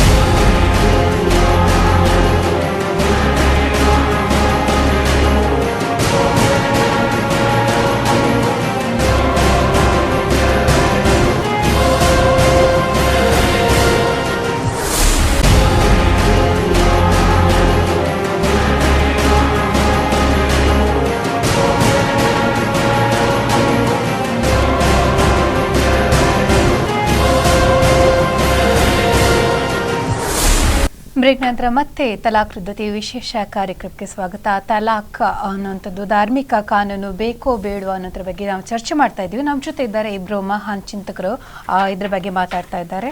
ಅಬೂಬಕರ್ ಸಿದ್ದಿಕಿ ಅವರು, ಅದೇ ರೀತಿ ಜಿತೇಂದ್ರ ಕೊಠಾರಿ ಅವರು. ನೀವು ಮಾತಾಡ್ತಾ ಇದ್ರಿ ನೋಡಿ. ಜಿತೇಂದ್ರ ಸರ್ ಅವರು ಹೇಳುವ ಪ್ರಕಾರ ಏನು ಮುಸಲ್ಮಾನರ ಎಲ್ಲ ವಿಷಯಗಳಲ್ಲಿ ಕೂಡ ಅವರ ಕಾನೂನುಗಳು ಮಾತ್ರ, ಭಾರತದ ಕಾನೂನುಗಳನ್ನು ಅವರು ಪಾಲಿಸ್ತಾ ಇಲ್ಲ ಅನ್ನುವಂತ ರೀತಿಯಲ್ಲಿ ಮಾತಾಡ್ತಾ ಇದ್ದಾರೆ. ವಾಸ್ತವದಲ್ಲಿ ಹೇಗಿದೆ ಅಂತ ಹೇಳಿದ್ರೆ, ಕೆಲವು ವಿಚಾರಗಳು, ವೈವಾಹಿಕವಾದಂತಹ ಕೆಲವು ವಿಚಾರಗಳು, ಆಮೇಲೆ ಧಾರ್ಮಿಕ ಆಚರಣೆಗಳಿಗೆ ಸಂಬಂಧಪಟ್ಟ ಕೆಲವು ವಿಷಯಗಳಿಗೆ ಮಾತ್ರವೇ ಏನಿದೆ ನಮ್ಮ ಸಂವಿಧಾನದಲ್ಲಿ ಏನು ವೈಯಕ್ತಿಕ ಕಾನೂನುಗಳನ್ನ ಪಾಲನೆ ಮಾಡ್ತಕ್ಕಂಥ ಅವಕಾಶಗಳಿದೆಯೇ ಹೊರತು ಎಲ್ಲ ವಿಷಯಗಳಲ್ಲಿ ಇಲ್ಲ. ಅದು ನಾವು ಕೇಳ್ತಲೂ ಇಲ್ಲ. ಆದ್ದರಿಂದ ಇದು ಯಾವತ್ತೂ ಕೂಡ ನಮ್ಮ ಸಂವಿಧಾನಕ್ಕೆ ವಿರುದ್ಧ. ಸಂವಿಧಾನವೇ ಕೊಟ್ಟ ಅವಕಾಶ, ಸಂವಿಧಾನವೇ ನೀವು ನಿಮ್ಮ ಧರ್ಮವನ್ನು ಪಾಲಿಸಿ ಅಂತ ಹೇಳುವ ಒಂದು ಅವಕಾಶ ಕೊಟ್ಟಿರುವಾಗ ಅದನ್ನು ನಾವು ಪಾಲಿಸ್ತಾ ಇರುವಂತದ್ದು ಸಂವಿಧಾನವನ್ನೇ ಪ್ರಶ್ನಿಸಿದ ಹಾಗೆ ಅಂತ ಹೇಳ್ತಕ್ಕಂಥ ಮಾತು ಅದು ಖಂಡಿತವಾಗಿ ನ್ಯಾಯ ಅಲ್ಲ. ಎರಡನೇದಾಗಿ ಡಾಕ್ಟರ್ BR ಅಂಬೇಡ್ಕರ್ ಅವರ ಕಾಲದಿಂದ ಅವರು ರೂಪಿಸಿಕೊಟ್ಟಂತ ಈ ಸಂವಿಧಾನ ಏನಿದೆ, ಆ ಕಾಲದಿಂದ ಈವರೆಗೂ ಕೂಡ ಅದನ್ನು ನಾವು ಉಳಿಸಿಕೊಂಡು ಬಂದಿದ್ದೇವೆ. ಅದನ್ನು ರೂಪಿಸಿದವರಿಗೆ ಇಲ್ಲದಂತಹ ಕೆಲವು ಕಲ್ಪನೆಗಳು ಹೊಸದಾಗಿ ಅದು ನಮ್ಮ ರಾಷ್ಟ್ರಕ್ಕೆ ದೊಡ್ಡ ಅಡ್ಡಿ ಅಂತ ಹೇಳ್ತಕ್ಕಂಥ ಚಿಂತನೆಗಳು ಬರ್ತಾ ಇರುವಂತದ್ದು ಅದು ಒಂದು ಒಳ್ಳೆಯ ಲಕ್ಷಣ ಅಂತ ಹೇಳಿ ನನಗೆ ಕಾಣಿಸ್ತಾ ಇಲ್ಲ. ಅದು ಈ ಒಂದು ವ್ಯವಸ್ಥೆಯಿಂದಾಗಿಯೇ ನಮ್ಮ ರಾಷ್ಟ್ರ ಎಷ್ಟು ಇಲ್ಲಿ ನಾವು ಸುಧಾರಣೆ ಮಾಡಬೇಕಾದ ವಿಚಾರಗಳು ಎಷ್ಟೆಲ್ಲ ಇದೆ. ಸಂವಿಧಾನ ನಿರ್ದೇಶಕ ತತ್ವದಲ್ಲಿ ನಾನು ಹೇಳಿದೆ, ಮದ್ಯಪಾನದ ಬಗ್ಗೆ ಹೇಳಿದೆ, ಅದನ್ನು ನಿಷೇಧ ಮಾಡಿ ಅದರಿಂದ ಇಲ್ಲಿ ಎಷ್ಟು ಸಮಸ್ಯೆಗಳಾಗ್ತಾ ಇದೆ. ಅದೇ ರೀತಿ ಈ ನೋಡಿ ಅತ್ಯಾಚಾರ ಎಲ್ಲಿ ಮಾಡ್ತಾ ಇದ್ದಾರೆ, ಯಾರು ಮಾಡ್ತಾ ಇದ್ದಾರೆ. ಹಾಗಾದ್ರೆ ನೋಡಿ ಒಂದ್ ನಿಮಿಷ, ನೀವು ಮದ್ಯಪಾನ ಅಂತ ಹೇಳಿದ್ರೆ ಇವತ್ತು ಗುಜರಾತ್, ಬಿಹಾರ ಇಂತಹ ರಾಜ್ಯಗಳಲ್ಲಿ ಆಗಿದೆ. ಅದರ ಜೊತೆಗೆ ಗೋಹತ್ಯೆಯನ್ನು ಕೂಡ ನಿಷೇಧ ಮಾಡಬೇಕು ಅಂತ ಸಂವಿಧಾನದಲ್ಲಿ ಹೇಳಿದೆ. ಅದನ್ನು ಯಾರಾದ್ರೂ ಮಾಡ್ತಾರಾ? ಹಾಗೆ ನೀವು ಒಂದ್ ನಿಮಿಷ, ಹಾಗೆ ನಾವು ಚರ್ಚೆ ಮಾಡ್ಲಿಕ್ಕಿದ್ರೆ ಈ ಸಂವಿಧಾನದ ಬಗ್ಗೆ ತುಂಬಾ ಚರ್ಚೆಗಳು ಯಾಕೆ ಪ್ರಾರಂಭ ಆಗಿದೆ ಅಂತ ಕೇಳಿದ್ದನ್ನು ಪ್ರಾರಂಭದಲ್ಲಿ ನಾನು ಹೇಳಿದ್ದು, ನಮ್ಮನ್ನ ಆಳಿರ್ತಕ್ಕಂಥ ವ್ಯವಸ್ಥೆಗಳು ಸಂವಿಧಾನದ ಪ್ರಕಾರ ಯಾವುದನ್ನೂ ನಡೆಸಿಕೊಂಡಿಲ್ಲ. ನೀವು ಹೇಳಿದ ಪ್ರಕಾರ ಧರ್ಮವನ್ನ ಪಾಲನೆ ಮಾಡಬೇಕು ಅಂತ ಸಂವಿಧಾನ ಹೇಳಿದೆ, ಅದನ್ನ ದುರುಪಯೋಗ ಪಡಿಸಬೇಕು ಅಂತ ಹೇಳಿ ಯಾವತ್ತೂ ಕೂಡ ಸಂವಿಧಾನ ಹೇಳಲಿಲ್ಲ. ಇಲ್ಲಿ ತಲಾಖಿನ ಬಗ್ಗೆ ಚರ್ಚೆ ಏನು ಅಂತ ಹೇಳಿದ್ರೆ, ನಿಮ್ಮ ಧರ್ಮದ ವಿರೋಧವಾಗಿ ಮಾಡಿ ಅಂತ ಹೇಳಿ ಎಲ್ಲೂ ಹೇಳಲಿಲ್ಲ. ಈ ಧರ್ಮದ ಪ್ರಕಾರ, ನಿಮ್ಮ ಕುರಾನ್ನ ಪ್ರಕಾರ ಇದು ಮಿಸ್ಯೂಸ್ ಆಗ್ತಾ ಇದೆ ಅಂತ ಹೇಳುವಂತದನ್ನ ಮುಸ್ಲಿಂ ಮಹಿಳೆಯರೇ ಹೋದ ಕಾರಣ ಇವತ್ತು ಸುಪ್ರೀಂ ಕೋರ್ಟ್ ಕೇಂದ್ರ ಸರ್ಕಾರದಿಂದ ಇದರ ಬಗ್ಗೆ ಒಂದು ಅಭಿಪ್ರಾಯವನ್ನು ಕೇಳುವಂತ ಸಂದರ್ಭ ಸೃಷ್ಟಿಯಾಗಿದೆ. ಆ ಸಂದರ್ಭ ಸೃಷ್ಟಿಯಾದಾಗ ಕೇಂದ್ರ ಸರ್ಕಾರದಲ್ಲಿ ಇದ್ದು ಶಾಸಕಾಂಗದ ನೆಲೆಗಟ್ಟಿನಲ್ಲಿ ಕೇಂದ್ರ ಸರ್ಕಾರ ಸುಪ್ರೀಂ ಕೋರ್ಟಿಗೆ ಅಫಿಡವಿಟ್ ಅನ್ನು ಕೊಡಲೇಬೇಕು. ಕೊಟ್ಟಾಗ ಏನು ಅಂದ್ರೆ, ಇಲ್ಲಿ ನಡೆಯುವಂತ ಕೆಲವೊಂದು ಘಟನೆಗಳ ಬಗ್ಗೆ ಅದು ಉಲ್ಲೇಖ ಮಾಡಿರುವಂತದ್ದು ಸತ್ಯ. ನೀವೇನು ಮಾಡಬಹುದು, ಇದನ್ನ ರಾಜಕೀಯವಾಗಿ ಅಥವಾ ಧರ್ಮಾಧಾರಿತವಾಗಿ ಆಲೋಚನೆ ಮಾಡುವ ಬದಲಿಗೆ ರಾಷ್ಟ್ರಾಭಿಮಾನವಾಗಿ, ರಾಷ್ಟ್ರದ ಚಿಂತನೆಯ ಮುಖಾಂತರ ನಾವೆಲ್ಲರೂ ಒಂದು ಏಕ ಸಂಹಿತೆಯಲ್ಲಿ ಒಟ್ಟಾಗಿ ಬದುಕಿ ನಮ್ಮ ದೇಶ ರಾಷ್ಟ್ರವನ್ನ ಒಂದು ಏನು ಅಭಿವೃದ್ಧಿ ಪಡಿಸತಕ್ಕಂತ ಮನೋಭಾವನೆಯಲ್ಲಿ ಚಿಂತನೆ ಬರೀ ತಲಾಕ್ ಬಗ್ಗೆ ಮಾತ್ರ ಹೇಳ್ತೇನೆ. ನಮ್ಮ ಹಿಂದೂ ಧರ್ಮದಲ್ಲಿ ಕೂಡ ಈಗ ಸಮಾನ ಆಸ್ತಿ ಹಕ್ಕಿನ ವಿಚಾರವಾಗಿ ಕೂಡ ಅದು ಸರಿಯಾಗಿ ಪಾಲನೆ ಆಗ್ತಿಲ್ಲ. ಹೆಣ್ಮಕ್ಳಿಗೆ ಸರಿಯಾದ ಆಸ್ತಿ ಸಿಗ್ತಾ ಇಲ್ಲ. ಅದಕ್ಕೆ ಕೂಡ ಏಕರೂಪದ ಕಾನೂನು ಬೇಕು ಅಂತ ಹೇಳಿ ಮಾಡ್ತಾರೆ. ಅದು ಕೂಡ ಬರ್ತದೆ. ಏಕರೂಪ ಕಾನೂನಲ್ಲಿ ಕೇವಲ ಮುಸ್ಲಿಂ, ಅದಲ್ಲ, ಕೇವಲ ಹಿಂದೂ ಅಲ್ಲ, 127 ಕೋಟಿ ಪ್ರಜೆಗಳು ಯಾರಿದ್ದಾರೆ ಅವರಿಗೆಲ್ಲರಿಗೂ ಕೂಡ ಏಕರೂಪದ ಕಾನೂನನ್ನ ತರುವಂತ ಒಂದು ಮಾತು ಹೇಳಿದ್ರು, ಕುರಾನ್ ಪ್ರಕಾರವೇ ನೀವು ತಲಾಕ್ ಹೇಳಿ, ಆದ್ರೆ ಅದು ಏಕರೂಪ ಇದಕ್ಕೆ ಬರ್ಲಿ ಅಂತ ಹೇಳಿದೆ. ನಾನು ಕೇಳ್ತೀನಿ, ನೀವು ಹಾಗಾದ್ರೆ ಯಾವ ಧರ್ಮದ ಪ್ರಕಾರ ಏಕರೂಪ ಇದಂತ ತರ್ತೀರಿ? ಈಗ ಕುರಾನ್ ಪ್ರಕಾರ ತರುವುದಾದ್ರೆ ಅದನ್ನು ಹಿಂದೂಗಳು ಒಪ್ತಾರ, ನಾವೊಂದು ಏಕರೂಪ ಸಂಹಿತೆಯನ್ನು ತರ್ತೇವೆ. ಅದರ ಪ್ರಕಾರ ಕುರಾನಲ್ಲಿ ಹೇಗೆ ಹೇಳಿದೆ ತಲಾಖಿನ ಕ್ರಮಗಳು ಅದನ್ನೇ ಎಲ್ಲರೂ ಪಾಲಿಸಬೇಕು ಅಂತ ಹೇಳಿದ್ರೆ ಕ್ರೈಸ್ತರು ಒಪ್ತಾರ ಅಥವಾ ಹಿಂದೂಗಳು? ಕುರಾನ್ ಪ್ರಕಾರ ನೀವು ಇಡೀ ದೇಶಕ್ಕೆ ನೀವು ಹೇಳಿದ್ರಿ ಸಂವಿಧಾನದಲ್ಲಿ, ಆಗ ನೀವು ಮತ್ತೇನ್ ಮಾಡ್ಬೇಕು ಅಂತ ಹೇಳಿದ್ರೆ ಏಕರೂಪ ಅಂತ ಹೇಳಿದ್ರೆ ಯಾವ ಧರ್ಮದವರ ಸಿದ್ಧಾಂತವನ್ನು ನೀವು ಪಾಲನೆ ಮಾಡಿ. ನೀವು ಹೇಳಿದ್ರಿ ನಿಮ್ಮ ಧರ್ಮವನ್ನೇ ನೀವು ಧರ್ಮವೇ ಬೇಡ, ನೀವು ಧರ್ಮವೇ ಬೇಡ, ನಾವು ಜಾತ್ಯತೀತ ನೆಲೆಗಟ್ಟಿನಲ್ಲಿ ಏಕರೂಪ ಸಂಹಿತೆಯನ್ನು ತರುವಂತದ್ದು ಪ್ರತಿ ಮನುಷ್ಯನಿಗೆ, ಅಂದ್ರೆ 127 ಕೋಟಿ ಪ್ರಜೆಗಳು ಯಾರಿದ್ದಾರೆ ಈ ದೇಶದಲ್ಲಿ, ಅವರಿಗೆ ಒಂದೇ ಕಾನೂನಿನ ಚೌಕಟ್ಟನ್ನು ಮಾಡುವಂತದ್ದು ಒಳ್ಳೆಯ ಒಂದು. ಹಾಗಾದ್ರೆ ಈ ಧಾರ್ಮಿಕ ಸ್ವಾತಂತ್ರ್ಯ ಅಂತ ಹೇಳೋದಕ್ಕೆ ಏನ್ ಅರ್ಥ ಸರ್? ಅಲ್ಲ ನೋಡಿ, ಧಾರ್ಮಿಕ ಸ್ವಾತಂತ್ರ್ಯ ನಿಮ್ಮ ಧರ್ಮಾಚರಣೆಗಳಿಗೋಸ್ಕರ ಸಪರೇಟ್ ಆದಂತ ನಿಮ್ಮ ಒಳಗಿರುವಂತ ಒಂದು ವಿಚಾರ ಮಾಡಿ. ಈಗ ಮಹಿಳೆಯರಿಗೆ ಅನ್ಯಾಯ ಆದಾಗ, ಶೋಷಣೆಗಳಾದಾಗ, ಅವ್ಯವಸ್ಥೆಗಳಾದಾಗ, ಅವರ ಘನತೆಗೆ ಕುತ್ತು ತಂದಾಗ ಆ ಸಂದರ್ಭದಲ್ಲಿ ಏಕರೂಪ ಸಂಹಿತೆಯ ಪ್ರಕಾರ ಕಾನೂನಿನಲ್ಲಿ ಅಡಿಯಲ್ಲಿ ಅವರು ಬರಬೇಕು ಅಂತ ನೀವು ಹೇಳುವಂತದ್ದು ಭಾರತದ ಈ ಏನು ಭಾರತದ ವೈವಿಧ್ಯತೆ ಏನಿದೆಯೋ ಅದನ್ನೇ ಮುಗಿಸಬೇಕು ಅಂತ ಹೇಳ್ತಕ್ಕಂಥ ಒಂದು ಮಾತನ್ನು ಹೇಳ್ತಾ ಇದ್ದೀರಿ. ನೋಡಿ ನಮ್ಮ ಭಾರತದ ಸೌಂದರ್ಯ. ನಾನು ಒಬ್ಬ ಮುಸಲ್ಮಾನನಾಗಿ ಮಸೀದಿಯಲ್ಲೇ ಪ್ರಾರ್ಥನೆ ಮಾಡಬೇಕು, ದೇವಸ್ಥಾನಕ್ಕೆ ಹೋಗಿ ಜಾತ್ಯತೀತ ಆಗೋದು ಬೇಡ. ಜಿತೇಂದ್ರ ಸರ್ ಅವರು ದೇವಸ್ಥಾನದಲ್ಲೇ ಪೂಜೆ ಮಾಡಬೇಕು, ಅವರು ಚರ್ಚಿಗೆ ಹೋಗಿ ಜಾತ್ಯತೀತ ಆಗ್ಬೇಕಾದ ಅಗತ್ಯ ಇಲ್ಲ. ಅವನವನ ವೈಯಕ್ತಿಕ ಬದುಕನ್ನ ಅವನವನ ಧರ್ಮಕ್ಕೆ ಬದ್ಧವಾಗಿ ಬದುಕಿಕೊಂಡೇ, ಆದರೆ ರಾಷ್ಟ್ರದ ವಿಷಯ ಬಂದಾಗ ಭಾರತೀಯನಾಗಲಿಕ್ಕೆ ಸಾಧ್ಯ ಆಗ್ಬೇಕು. ಈ ಒಂದು ವೈವಿಧ್ಯತೆ ಆಗ ಮಾತ್ರ ಭಾರತ ಒಂದು ಭಾರತ ಅಂತ ಹೇಳಿ ಆಗ್ತದೆ. ಇಲ್ಲದದು ಮತ್ತೊಂದು ಪಾಕಿಸ್ತಾನ ಆಗ್ತದೆ ಅಥವಾ ಮತ್ತೊಂದು ಸೌದಿ ಆಗ್ತದೆ. ಆದ್ರೆ ನಾವು ಅದಕ್ಕಿಂತ ಭಿನ್ನ ಯಾಕೆ? ನಮ್ಮ ಧರ್ಮವನ್ನು ಪಾಲನೆ ಮಾಡ್ಲಿಕ್ಕೆ ಅವಕಾಶ ಇದೆ. ಇದನ್ನು ನಾವು ಯಾಕೆ ಬಿಟ್ಟುಕೊಡ್ಬೇಕು? ಇದರಿಂದ ಏನು ಕೊರತೆ ಇದೆ? ಧಾರ್ಮಿಕ ವಿಚಾರದಲ್ಲಿ ನಮ್ಮ ಕಾನೂನು ಕೈ ಹಾಕಿಲ್ಲ, ಆದ್ರೆ ತಲಾಖ್ ಅನ್ನೋದು ಸಾರ್ವತ್ರಿಕ, ಇವತ್ತು ಹೇಳ್ಬೋದು, ನಾಳೆ ಇನ್ನೊಂದು ವಿಷಯ ಬರ್ತದೆ. ನಾವು ದೇವಸ್ಥಾನ ಮಾಡಬಹುದು, ನೀವು ಮಸೀದಿ ಮಾಡಬಹುದು, ಕ್ರೈಸ್ತರು ಚರ್ಚ್ ಮಾಡಬಹುದು. ಇದಕ್ಕೆಲ್ಲ ಕಾನೂನು ಯಾವತ್ತೂ ಕೂಡ ಅಡ್ಡಿ ಮಾಡ್ಲಿಲ್ಲ. ಆದ್ರೆ ಅಲ್ಲಲ್ಲ, ಒಂದು ಮಸೀದಿ ಮಾಡುವ ವಿಚಾರದಲ್ಲಿ ನಾವು ಗಲಾಟೆಗಳಾದಾಗ ಅಥವಾ ಒಂದು ದೇವಸ್ಥಾನ ಮಾಡುವಾಗ ಒಂದು ಗಲಾಟೆಗಳಾದಾಗ, ಚರ್ಚ್ ಮಾಡುವಾಗ ಗಲಾಟೆಗಳಾದಾಗ ಇಲ್ಲಿಯ IPC ಏನಿದೆ ಆ ಕೋಡ್ಗಳು ಬರ್ತದೆ. ಅಂದ್ರೆ ಆ ಕಾನೂನಿನ ಚೌಕಟ್ಟಿನ ಅಡಿಯಲ್ಲಿ ಎಲ್ಲರೂ ಬರ್ತಾರೆ ಅಂತ ಹೇಳುವಂಥದ್ದು ಸ್ಪಷ್ಟ. ಹಾಗೆ ತಲಾಖ್ ಕೂಡ ಇವತ್ತು ಏನು ಸಮಸ್ಯೆ ಇದೆ ಅದನ್ನು ಕೂಡ ಏಕರೂಪದ ಕಾನೂನಲ್ಲಿ ತರಲಿಕ್ಕೆ ಯಾಕೆ ಬೇಡ ಅಂತ ನೀವು ಹೇಳ್ತೀರಿ ಅಂತ ನನ್ನ ಪ್ರಶ್ನೆ. ಒಂದು, ಇದರಲ್ಲಿ ಏಕರೂಪ ಕಾನೂನು ತಂದ್ರೆ ನಿಮ್ಮ ಮುಸಲ್ಮಾನ್ ಮಹಿಳೆಯರಿಗೆ ಲಾಭವೇ ಆಗ್ತದೆ ಹೊರತು ನಷ್ಟ ಆಗೋದಿಲ್ಲ.